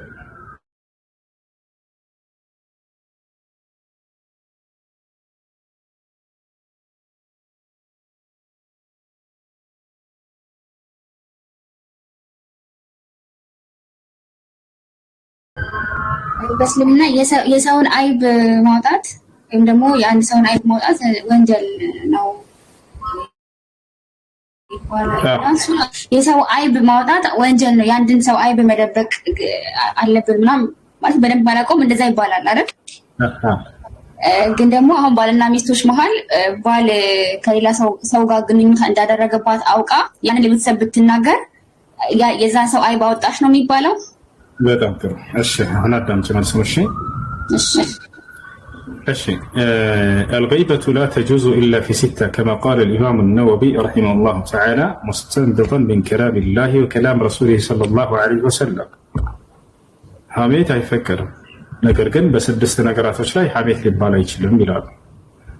ታውቃላችሁ ሐሜት ማለት የሰውን ገበና ማውራት ማለት ነው። ታውቃላችሁ ነብዩ ሰለላሁ ዐለይሂ ወሰለም ስለ ሐሜት ተጠየቁ። أتدرون ما الغيبة؟ قالوا ሐሜት ማለት ምን ማለት እንደሆነ ታውቃላችሁ ብለው ጠየቋቸው ሰዎችን። قالوا الله ورسوله أعلم። ሰሃቦችን ምን አሉ? አይ አላህና መልእክተኛ ይወቁ አሉ። ከዚያም በኋላ ነብዩ ሰለላሁ ዐለይሂ ወሰለም ምን አሉ? الغيبة ذكرك أخاك بما يكره። ወንድምህን በሚያስከፋው ነገር ወደ ነው ብለው ተናገሩ። አያችሁ ግን በስድስት ነገራቶች ላይ ሐሜት አንደኛው ምንድነው ከተባለ ሚስት ባሏ ጋር ተጣልታ ከሆነ ፍርድ ለማግኘት ብላ ወደ ህግ አካል ሄዳ መናገሯ ይሄ ሐሜት ነው ወይ? ሐሜት አይደለም። ወደ ሽማግሌዎች ዘንድ ሄዳ ከቤተሰብ ጋር ሄዳ ፍርድ ለማግኘት ከሆነ ልብ በሉ እዚህ ጋር የባሏን ገመና ለማንም ፍርድ ለማታገኝበት ለጓደኞች ለምናምን ሄዳ እንድትቦጭቅ ምናምን አይፈቀድላትም። ገብታችኋል? ነገር ግን ፍርድ ለማግኘት ከሆነ ወደ ሸሪዓ ፍርድ ቤት ሊሆን ይችላል፣ ወይንም እስላማዊ ፈትዋ ለማግኘት ሊሆን ይችላል። ሄዳ ያንን ነገር ከዑለሞች ጋር መጠየቅ ወይንም ደግሞ ከህግ አካል ጋር ሄዳ በመናገር ፍርድን ለማግኘት ከሆነ የዛኔ ይሄ ችግር የለውም።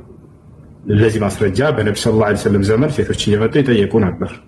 جاءت امرأة إلى النبي صلى الله عليه وسلم تشتكي زوجها فأنزل الله سبحانه وتعالى بسببها سورة وسماها بسورة المجادلة. قال سبحانه وتعالى في بداية السورة قد سمع الله قول التي تجادلك في زوجها وتشتكي إلى الله والله يسمع تحاوركما.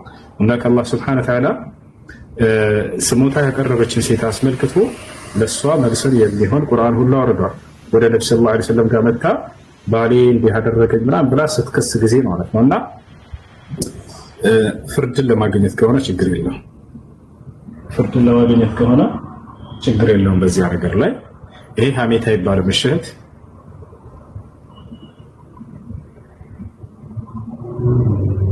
ይሄ ሀሜታ ይባላል።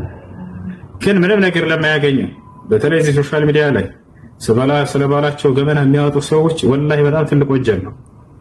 ነብይ ሰለላሁ ዐለይሂ ወሰለም ምን አሉ ሐዲስ ላይ أسوأ الناس عند الله يوم القيامة رجل إلى زوجته وتفضي إلى زوجها فيكشف يعني ما فعله كما قال النبي صلى الله عليه وسلم ነቢያችን ሰለላሁ ዐለይሂ ወሰለም ምን አሉ? ከአላህ ዘንድ ክፉ ሰው ብሎ ማለት መጥፎ ሰው ብሎ ማለት የትንሣኤ ቀን አሉ ባል ከሚስቱ ጋር ያደረገውን ሚስት ከባሏ ጋር ያደረገችውን በገሃድ ወጥተው ማውራታቸው ነው ብለው ተናገሩ። ልብ በሉ። እስላማዊ ብይንን ለማወቅ ከሆነ ወይንም ደግሞ ከመንግስት ዘንድ ከሸሪዓ ፍርድ ቤት ዘንድ ሸሪዓዊ ህግን ፈልገው ከሆነ የዛኔ ችግር የለውም። ወደ ነብዩ ሰለላሁ ዐለይሂ ወሰለም ጋር የመጡ ጥያቄ ሲጠይቁ እንደነበር መልስ ሲያገኙ እንደነበር ልክ እንዲሁ ደግሞ ከመንግስት ጋር ሄደው ህግን ለማስፈረድ ከሆነ ይሄን ለማድረግ ከሆነ ችግር የለውም። ነገር ግን ከዚያ ውጭ ሄዳ ለጓደኞቿ ማማት ምንም ጥቅም ለማታገኝበት እንደ ሶሻል ሚዲያ ላይ እየመጡ እየተሰባሰቡ ባሌ እንዲህ አድርጎኝ ሚስቴ እንዲህ አድርጋኝ እያለ ማውራት ይሄ ትልቅ ወንጀል ነው። ባልና በሚስት መካከል ያለ ገመና በፍጹም ጋር እንደዚህ መበተንና መርጨት ተገቢ አይደለም። እሺ እሱ ጥያቄ ነበረኝ። እሺ ጥያቄ ምንድን ነው? ሰላም አለይኩም። ወአለይኩም ሰላም ወራህመቱላህ። ጥያቄ ሱረቱል በቀራ ላይ እና አርሰልናከ በሺራ ወነዚራ ወላ ተስአሉ አማ ካኑ ያዕመሉ ሚል ነገር አለ አይደል? ወላ ተስአሉ عن اصحاب الجحيم እሺ እንትን ላይ ደግሞ أمرت أن أقاتل الناس حتى يشهدوا أن لا إله إلا الله وأني محمد رسول الله فإن فعلوا ذلك عصموا مني دماءهم وأموالهم منامي استي ሁለቱን እንትን አድርግልኝ።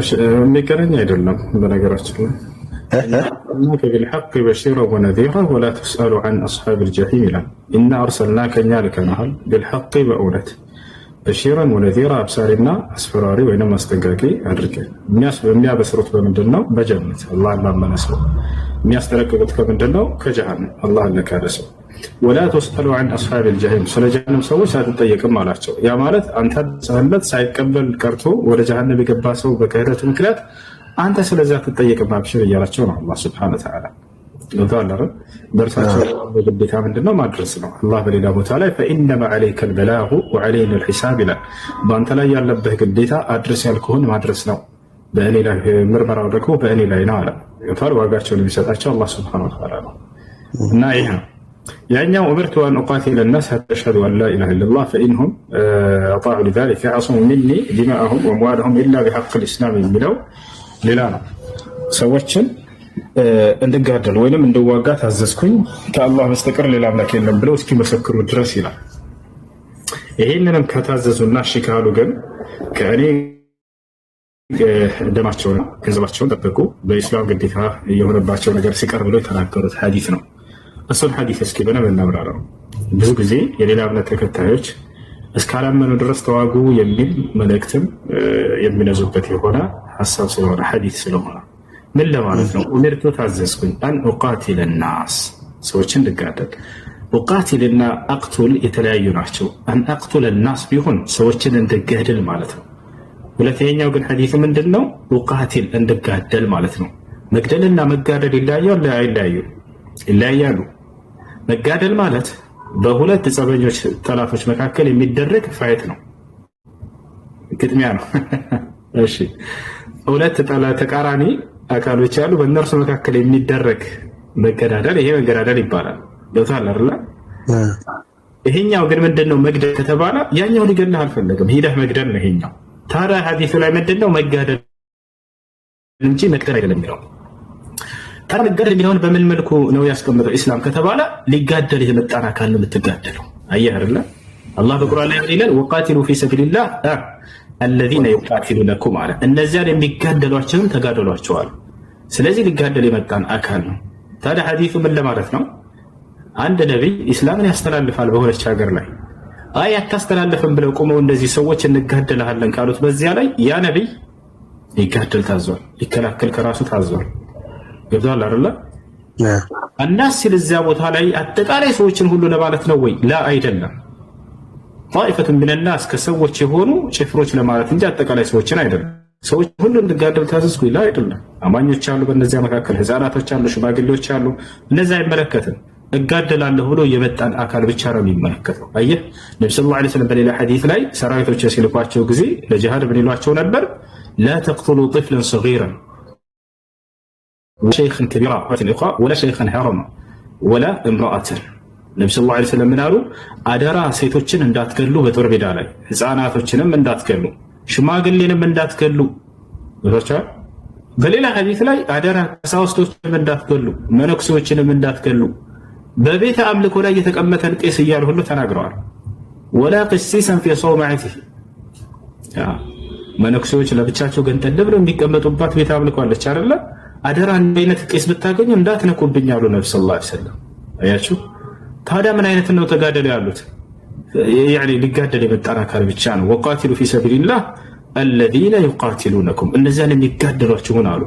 ጦር አንስቶ ጋደላለሁ ያለን ሰላምን የማይፈልግ ይሄ ይጋደላል የሚልን አካል እንጂ በፍጹም ሌላን አካል አይደለም። አደራ ህፃናትን እንዳትገሉ ብለዋል፣ ሴቶችን እንዳትገሉ ብለዋል፣ ሽማግሌን እንዳትገሉ አሉ። ይሄን ይመስላል። አየህ ጀዛከላሁ ኸይር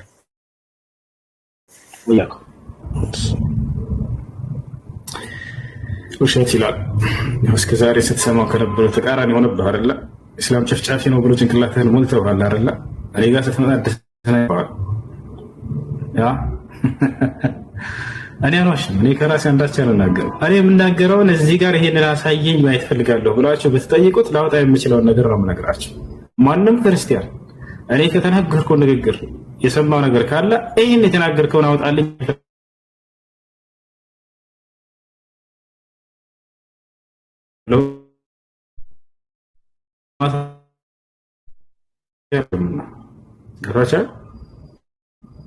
ስለዚህ ክርስቲያን እንደመሆንህ መጠን ግን ላነጻጽርልህ እስኪ መጽሐፍ ቅዱስ ምን ይላል ከተባለ ገደሏቸው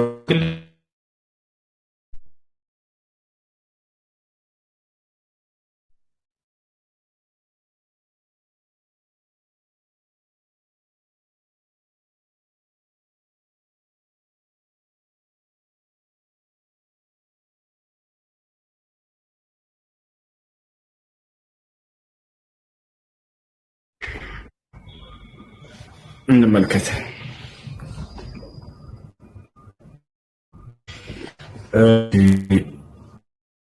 ጋር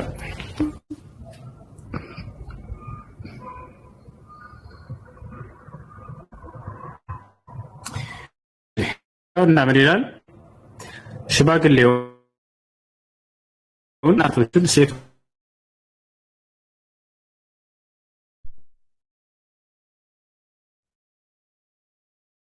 ሊሆንና ጎበዝም ቆንጆይቱንም ህፃናቶቹንና ሴቶቹን ፈጽማችሁ ግደሉ። ሽማግሌን፣ ሴቶችን፣ ህፃናቶችን፣ ሴቶችን ግደሏቸው ይላል። ያው እነዚህ ጋር የሰራዊት ጌታ እግዚአብሔር እንዲህ ይላል አለ። የሰራዊት ጌታ እግዚአብሔር እንዲህ ይላል፣ እስራኤል ከግብጽ በወጣ ጊዜ አማልክ በመንገድ እየተቃወመ ያደረገበትን እበቀላለሁ እግዚአብሔር። አሁንም ያላቸውንም ሁሉ ፈጽመህ አጥፋ፣ አትማራቸውም፣ ወንዱንና ሴቱን፣ ብላቴናውንና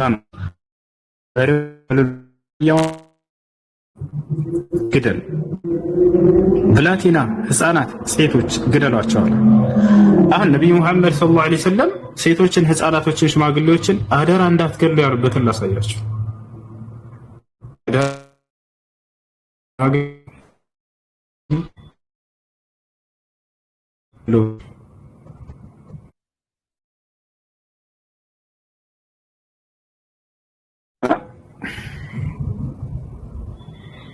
ወደ አማርኛ ቀይረው።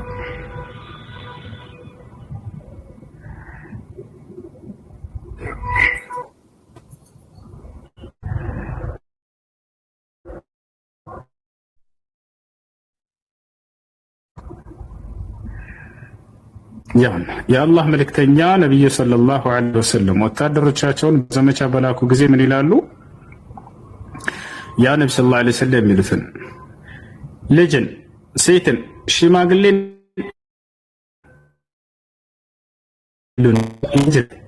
ሴትንና ሽማግሌን አትግደሉ ይሉ ነበር። መቼ? ሰራዊቶቻቸውን ሲልቋቸው፣ ጦር ሜዳ ላይ ሲልቋቸው አደራ ህፃናት ልጆችን፣ ሴቶችን፣ ሽማግሌን እንዳትገሉ ይሏቸው ነበር። አያቸው በቁርአን ላይ ተጋደሉ ምናምን የሚለውን ሰብስበው ያንን ያሽብሯቸዋል። አያቸው አላ ነገር ግን ያመስፈርታሉ። አደራ ህፃናቶችን እንዳትገሉ ይላሉ።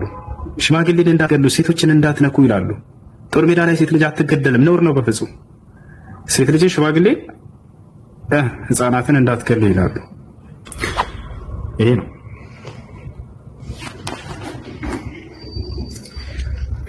ጥያቄ ያለ ተራይ ከሆነ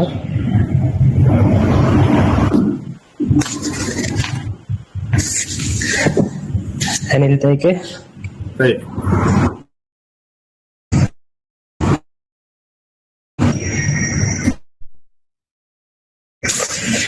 አይሰማም? ሰላም አለይኩም። እና እኔ ጥያቄ ሰላት ስንሰግድ ቢስሚላህ የምትለውን ነገር በውስጥ ብለን በአልሐምዱሊላህ ምራለን ነው ወይስ ከነጭራሹ ቢስሚላህ አይባልም ነው? ቢስሚላህ ትላለህ በውስጥ ድምፅ ማውጣት ብቻ ነው የማይፈቅደው? በጀህሪያ ድምፅ ከፍ አድርጎ የሚሰግድባቸው ሶላቶችን በተመለከተ አነስ ብን ማሊክ ረዲየላሁ ዐንሁ ምን አሉ? صليت خلف رسول الله صلى الله عليه وسلم وأبا بكر وعمر فما كانوا يجهرون ببسم الله الرحمن الرحيم. من على أنس كنبي صلى الله عليه وسلم هذا كأبو بكر هذا كعمر هذا سجد جالهم عندهم من كون بسم الله الرحمن الرحيم ملون بجهر سيلو سنشاتشوا على وكمال.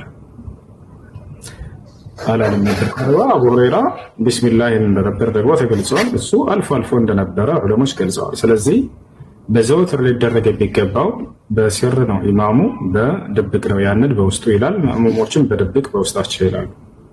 አልፎ አልፎ ግን አንዳንድ ቢል ችግር የለውም።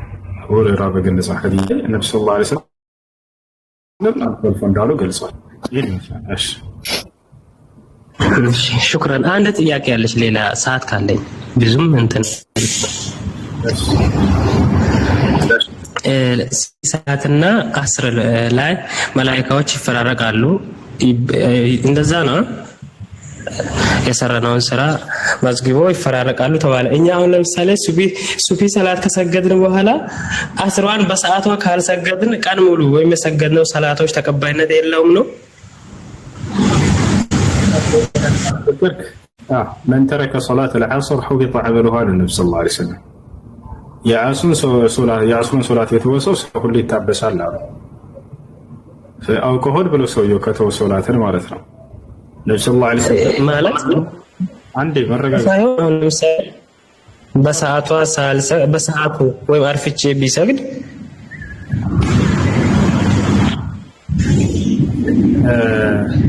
በምክንያት ከሆነ ሰውየው ያለፈበት ችግር የለውም። ነብዩ ሰለላሁ ዐለይሂ ወሰለም በእንቅልፍ ምክንያት ያለፈበት ሰው ወይንም ረስቶ ያለፈበት ሰው ባስታወሰ ሰዓት ይስገድ ብለዋል። قال النبي صلى الله عليه وسلم من نسي صلاة أو نام عنها فليصليها إذا ذكرها صلاة رستو ያለፈበት ወይ በእንቅልፍ ምክንያት ያለፈበት ሰው በተነሳ ሰዓትና ባስታወሰ ሰዓት ይስገድ ብለዋል። ትችላለህ። አውቆ ግን ሆን ብሎ ሰውየው ማሳለፍ አይፈቀድለትም። ይሄ ወንጀል ነው። ሰለላሁ ዐለይሂ ወሰለም لا تترك صلاتك متعمدا አሉ። فمن ترك صلاته متعمدا فقد برئت منه الذمة አሉ። አውቀህ ሆን ብለህ ሶላትህን እንዳትተው እያሉ ተናግረዋል። ስለዚህ የሰው ልጅ ሊያልፍ የሚገባው ወይ በእንቅልፍ ምክንያት ሊሆን ይችላል። እንቅልፍ ከተኛ ሊወስደው ይችላል በዛው። ሁለተኛ ደግሞ ሰው ነውና ሊረሳ ይችላል። ረስቶ በስራ ምክንያት ቢዚ ሆኖ የዛኔ ሊያልፍበት ይችላል። ካልሆነ በስተቀር ግን እያወቀ ወቅቱን አውቆ ሆን ብሎ ሙስሊም ያሳልፋል። እንዳጠቃላይ ግን መላእክቶች ያን ከመያዝ ይቆጠባሉ ወይ ሳይዙት ይቀራሉ ወይ ከተባለ ላ ያን በምክንያት አልፎበት ከሆነ መያዙ የማይቀር ነው። እሺ ሽክራን ሰላላ ጨርሻለሁ። መርሐባ። እሺ አብዱ ሰላም አለይኩም። ወአለይኩም ሰላም። ማን ነው? እንዴት ናችሁ? አልሐምዱሊላህ። ከኔ ጋር የምትኖር ልጅ ናለች እኔ ጋርና አንተ ጋር ሁሉ ጊዜ ነው ማከታተላት። እሺ እና መስለህ ፈልጋለሁ ምናምን ብላ ትንሽዬ ነች።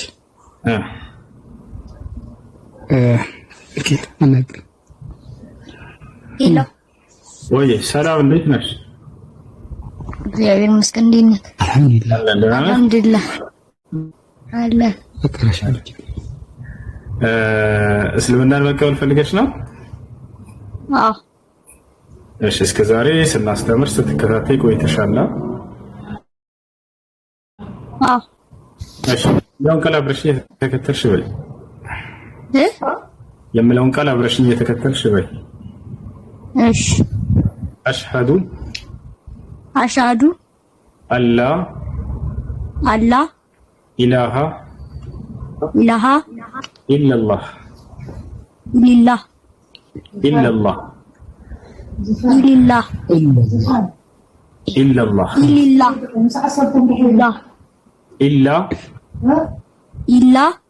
አላህ ወአሽሀዱ አነ ሙሐመደን ረሱሉላህ ማሻአላህ ጨርሰሻል። አላህ ምስጋና ይገባው። ከዚህ በኋላ ሙስሊም ሆነሻል። አሁን ያልሽው ቃል የሸሃዳ ቃል ወይንም የምስክር ቃል ይባላል። አንድ ሰው ወደ እስልምና ሲመጣ ጊዜ መጀመሪያ የሚመሰክርበት የምስክር ቃል ነው። ምስክርነቱም ስለ አምላክ ነው፣ ስለተላከው ነብይ ነው። የትእዛዛት ሁሉ ፊተኛና መጀመሪያ ብለው ነብያቶች ሲያስተምሩት የነበረውን ያን ምስክር ነው ዛሬም የምንለው። አሽሀዱ አን ላ ኢላሃ ኢለላህ ማለት ትርጉሙ እነሆ ከአንዱ አምላክ ከአላህ በስተቀር በእውነት የሚመለክ ሌላ አምላክ የለም ብዬ መሰክራለሁ። ወአሽሀዱ አነ ሙሐመድን ረሱሉላህ ማለት ደግሞ ሙሐመድም የአላህ መልእክተኛና ነብይ ናቸው ብዬ መሰክራለሁ ማለት ነው። አንድ ሰው እስልምናን ከተቀበለ ምን ያገኛል ከተባለ ያለፈ ኃጢአቱ ሁሉ ይማርለታል። ይህን ነቢዩ ሰለላሁ ዐለይሂ ወሰለም ሲናገሩ አልኢስላም የጅቡ ማ ቀብለሁ አሉ። እስልምና ከእርሱ በፊት ያለን ኃጢአት ያስተሰርያል አሉ። ሰው ሰልም ያለፈ ኃጢአቱ ይመለሳል ማለት ነው። ሌላኛው በቀጣዩ ዓለም ምን ያገኛል ወደ ምድር ስንመጣ በቀጣዩ ዓለም ሙስሊም ከሞት በኋላ ወደ ገነት እንደሚሄድና የዘላለማዊ ሕይወትን በቀጣዩ ዓለም እንደሚወርስ አላህ ቃል በቃል በቁርአን ላይ ብዙ ቦታ ላይ ይናገራል። በቁርአን ላይ ምን ይላል? ወበሽር الذين آمنوا وعملوا الصالحات أن لهم جنات ይላል። ሙሐመድ ሆይ እነዚያን ያመኑትንና መልካም የሰሩትን ለእነርሱ ገነት እንዳለላቸው አብስራቸው ከወዲሁ እያለ ይናገራል። ስለዚህ ሙስሊም ሲንቀሳቀስ በዚህ ዓለም ላይ የቀጣዩ ዓለም የጌታው የአላህ ሱብሓነሁ ወተዓላ የተስፋ ቃል ተሰጥቶት ነው፣ ዋስትናን ይዞ ነው ከሞት በኋላ ወደ ገነት እንደሚሄድ ቃል በቃል በቁርአን ላይ ተነግሮት ነው። ይወጣ በሌላ ቦታ ላይ አላህ ምን ይላል? ኢነ الذين آمنوا وعملوا الصالحات لهم جنات النعيم خالدين فيها ይላል። እነዚያ በእኔ አምነው መልካምን የሰሩ ሰዎች ለእነርሱ ገነት አለላቸው በእርሷም ውስጥ ለዘላለም ዘውታሪዎች ናቸው እያለ ይናገራል። እና ይህ ነው። እሺ አንድ ሰው እስልምና ከተቀበለ በኋላ ምን ማድረግ ይጠበቅበታል ከተባለ ለዚህ ሰከረው አንድ ብቻ መስገድን ማምለክን ይጀምራል ማለት ነው። አያችሁ እሱ ነው። ስለዚህ ሻወር ትወስጃለሽ፣ ንጹህ ልብስ በመልበስ ስለ ሶላት አሰጋገድ በመማር ሙስሊም ሰዎች ጋር አጠገብሽ ካሉ ቀላል ያስተምሩሻል። ስለ ዑዱ አደራረግ፣ ስለ ሶላት አሰጋገድ ያስተምሩሻል። ለአንድ አምላክ ብቻ መስገድን ትጀምራለሽ ማለት ነው። እሺ እህታችን ስምሽ ማን ነበር? ምህረት። እሺ መቀየር ከፈለግሽ መቀየር ትችላለሽ፣ ችግር የለም። አይ እፈልጋለሁ መቀየር። እሺ ደስ የሚልሽ ሙስሊም ስም አለ ወይስ እኛ እናውጣልሽ? አውጣል። እሺ ደስ የሚል ስም ትንበጥ እሷ እኛ እናውጣ። የኔን ከወዳችሁ ለኔን ትይዛለች ማለት ነው። እሺ ማንን ስም ላውጣ? ኢክራም ወይንም ሐያት? ኢክራም ይሁን? ኢክራም ማሻአላህ። እሺ ኢክራም ነው ከዚህ በኋላ ስምሽ። ኢክራም ስለ ሶላት አስተጋገድ ያስተምሩሻል አጠገብሻሉ ሰዎች። ከዚያ ሶላትን መስገድ ለአንድ አምላክ ትጀምራለሽ ማለት ነው። ይበልጥ እስላማዊ ትምህርት ቤት ካለ በአካባቢሽ መስጂድና መድረሳዎች ካሉ ሴቶች ጋር እየሄድሽ ትማሪያለሽ ማለት ነው። መድረሳ ምናምን ይኖራል ባጠገባችሁ? እስላማዊ ትምህርት ቤት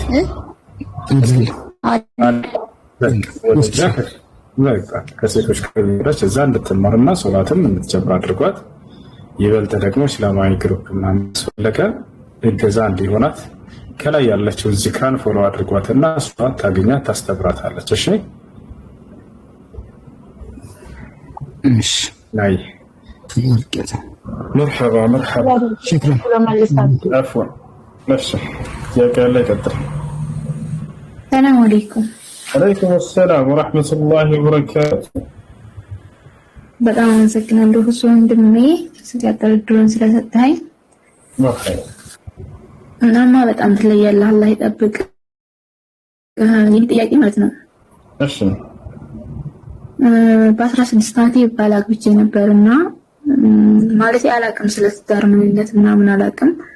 አጋጣሚ አንድ ልጅ ወደድኩና ያው የልጅነት ነገር ሆኖ ቤትም ቢያለኝ አታገቢም ብለው ማለት ነው። እሺ ከዛ ያገባሁት ልጅ በጣም እናቴ ተወዳለችና ለእናቴ ብዬ በቃ ዝም ብዬ ሳላቀው አገባሁኝ። ከዛም 4 ዓመት ኖርንና ከዛ 4 ዓመት ስቀመጥ በቃ ፈታው የሰል ቤትም ቢያለኝ እሱም ልጁም አልፈታም ነው የሚለውና ከዛ ቀጥታ ሳውዲ መጣሁኝ። እዚህ ስኖር በቃ ስለ እንትንም አለ አይደለ ስለ ዲን ምንም ነገር ስማር በቃ በጣም ያሳለፍኩት ህይወት ራሴን ጸጸተኝና ብዙ ጊዜ በኮሜንትም ጠይቃለሁ ግን አልመለስክልኝም። እሺ እና እዚህ ከመጣሁ በኋላ እንላይ ብዬ ስጠይቀው ጭራሽ አልፈታሽም ማለት ግን ብሎክ ካረኩት 6 ወር ነው እንደዛ በለጠኝና የምሰራውን ብር ለሷ አልክም እንደኛ እሱም ጋር አልደዋወልም። ደግሞ ሌላ ነገር ስጠይቃቸው ቀልብ ያገኝሻል ምናምን እያለኝ ነበርና አንዴ ይሄን መላ እንዳለህ የምትናገሪ ብዬ ነበር። ከአንቺ እሱ ልትወጂው አልቻልሽም በጭራሽ? አዎ በጭራሽ ልወደው አልቻልኩም። አስመስዬ ነው የምኖረው እስከዛሬ ማለት ነው። አስመስዬ ነው የምንኖረው። አውፍ በላይ በቃ ካሁን በኋላ እኔ ላንተ ልሆን አልችልም ብዬ ስለው አላለልሽም በቃ ጭራሽ አላለልሽም ነገር አለኝና አንቺ ያለ ፈቃድሽ ነው ቤተሰቦችሽ አስገድደውሽ እንድታገቢ ያደረጉሽ? ያለውላ ለአኔ የምፈልገው ልጅ እምቢ ሲሉኝ ከዛ ባልሽ ይመጣልኝ እምቢ አልኩኝ አላገባም ብዬ ማለት ነው። ከዛ እናቴ አልቅሳ ለመነችኝ። ያን ልጅ ስለከለከልኩሽ በቃ ከኔ አመርኩ ወጥተሽ ነው ወይ ምናምን ነገር ስትለኝ አላቅም። በ16 ዓመት እኔ ያኔ አሁን ቢሆን ብዙ ነገር ያውቃሉ። በ16 ዓመት ግን አላቅም እኔ ዝም ብዬ ያገባሁኝና ከዛም ስኖር እንዳለ በቃ አስፈታኝ በ7 ወር ጀምሮ ባገባው በ7 ወር ብላችሁ እምቢ አለኝ አናስፈታም ብለው ማለት ነው። ደግሞ በጣም ይቀናል። ለዲስ ላይ ራሱ በጩቤ ሊገልኝ ማለት ነው። ግን የሆነ ነገር ምንም ሰርቼው አይደለም አላህ በሚያውቀው ማለት ነው። ወላሂ ይላል ኦኬ በጩቤ ነው ሊገልሽ ነበር? አዎ ወላሂ ላዚም በጩቤ ሊገልኝ ከሌሊቱ 7 ሰዓት ማለት ነው። ማንም የለም። ለማንኛውም ሻዳምጪ ቤተሰቦች መልእክቴ ለእናንተ ነው። እባካችሁ ሴት ልጅን አስገድዶ መዳር በኢስላም አይፈቀድም። ነብዩ ሰለላሁ ዐለይሂ ወሰለም ሐዲስ ላይ እንዲህ አሉ إذا أراد أحدكم أن يزوج ابنته فليستأذنها ከእናንተ አንዳችሁ ሴት ልጁን መዳር ሲፈልግ አደራ ያስፈቅዳት እሷን አሉ። ማትፈልገው ትዳር ውስጥ አስገባሃት በጣም ነው የምትጨናነቀው። ሴት ልጅ ያለ ፍላጎቷ መኖር አትፈልግም። ታቻ ነብያችን ሰለላሁ ዐለይሂ ወሰለም የሴት ልጆችን ፍላጎት በመጠበቅ ላይ በጣም ጠንቃቃ ነበሩ። የሚገርማችሁ ሐዲስ ላይ መጨረሻ ላይ ምን እንዳሉ ታውቃላችሁ? ኢስተውሱ ቢልኒሳኢ ኸይራን አደራ ሴቶችን በመልካም ያዟቸው ብለው ተናገሩ። ታቻ ሪፍቀን بالقوارير አሉ። ቀዋሪር በቀዋሪር ገለጿቸው። ቀዋሪር ታውቃላችሁ? ብርሌ ማለት ነው። ተሰባሪ የሆነ በጣም ጥንቃቄ የሚፈልግ ሆነ ያ እከነት ነው። አይታችኋል? ብርሌ ምናልባት መኪና ውስጥ እንኳን ስትገባ ጊዜ ሰው እንዲጠጋህ ራሱ አትፈልግም። እንዳትጠጋ ብር ላይ ይዣለሁ ይሰበራልና ብለህ በጥንቃቄ የምትይዘው ዕቃ የለም። በዛ ነው የገለጿቸው። እና አደራ ሴት ልጆቻቸውን መዳር ስትፈልጉ አስፈቅሯት ብሎ ነብዩ ሰለላሁ ዐለይሂ ወሰለም ቀድመው ተናግረዋል። በሌላ ሐዲስ ላይ ነቢያችን ሰለላሁ ዐለይሂ ወሰለም إذا جاءكم من ترضون دينه وخلقه فزوجوه إلا تفعلوه تكن فتنة في الأرض وفساد عريض ዲኑን እና ስነ ምግባሩን የምትወዱለት አይነት ሰው ዳሯቸው ልጆቻቸውን ለትዳር መተው ከጠየቋቸው እያሉ ተናገሩ። እሺ እና ስለዚህ ይህን ማድረጋቸው ስህተት ነበር። ከዛ በመቀጠል ያለ ፍላጎቷ ሴት ልጅ አግብታ ከሆነ የዛኔ ተገዳ ህይወቱን እንድትቀጥል ማድረግ አይቻልም። በነብዩ ሰለላሁ ዐለይሂ ወሰለም ዘንድ መጣ በነብዩ ሰለላሁ ዐለይሂ ወሰለም ጊዜ አንዲት ሴት መጣ ጠየቀች። አንተ የአላህ መልእክተኛ ሆይ እኔ ባሌን ልወደው አልቻልኩም፣ መኖርም አልቻልኩም በቃ አለች። ነብዩ ሰለላሁ ዐለይሂ ወሰለም አላስገድረትም። እንግዲያውስ ሲያገባሽ ጊዜ የሰጠሽን መህር መልሽለት አሏት። ከዛ ሲያገባት ጊዜ ሰውዬው የሰጣት ምን እንደነበር እዛው ጠየቋቸው። ነብዩ ሰለላሁ ዐለይሂ ወሰለም ባልና ሚስትን አገናኝተው የአትክልት ስፍራን ነበር የሰጣት መህር። ያንን የአትክልት ስፍራ መልሽለት አሏት። هل تردين له حديقته አሏት። የአትክልትን ስፍራ መልሽለታለች።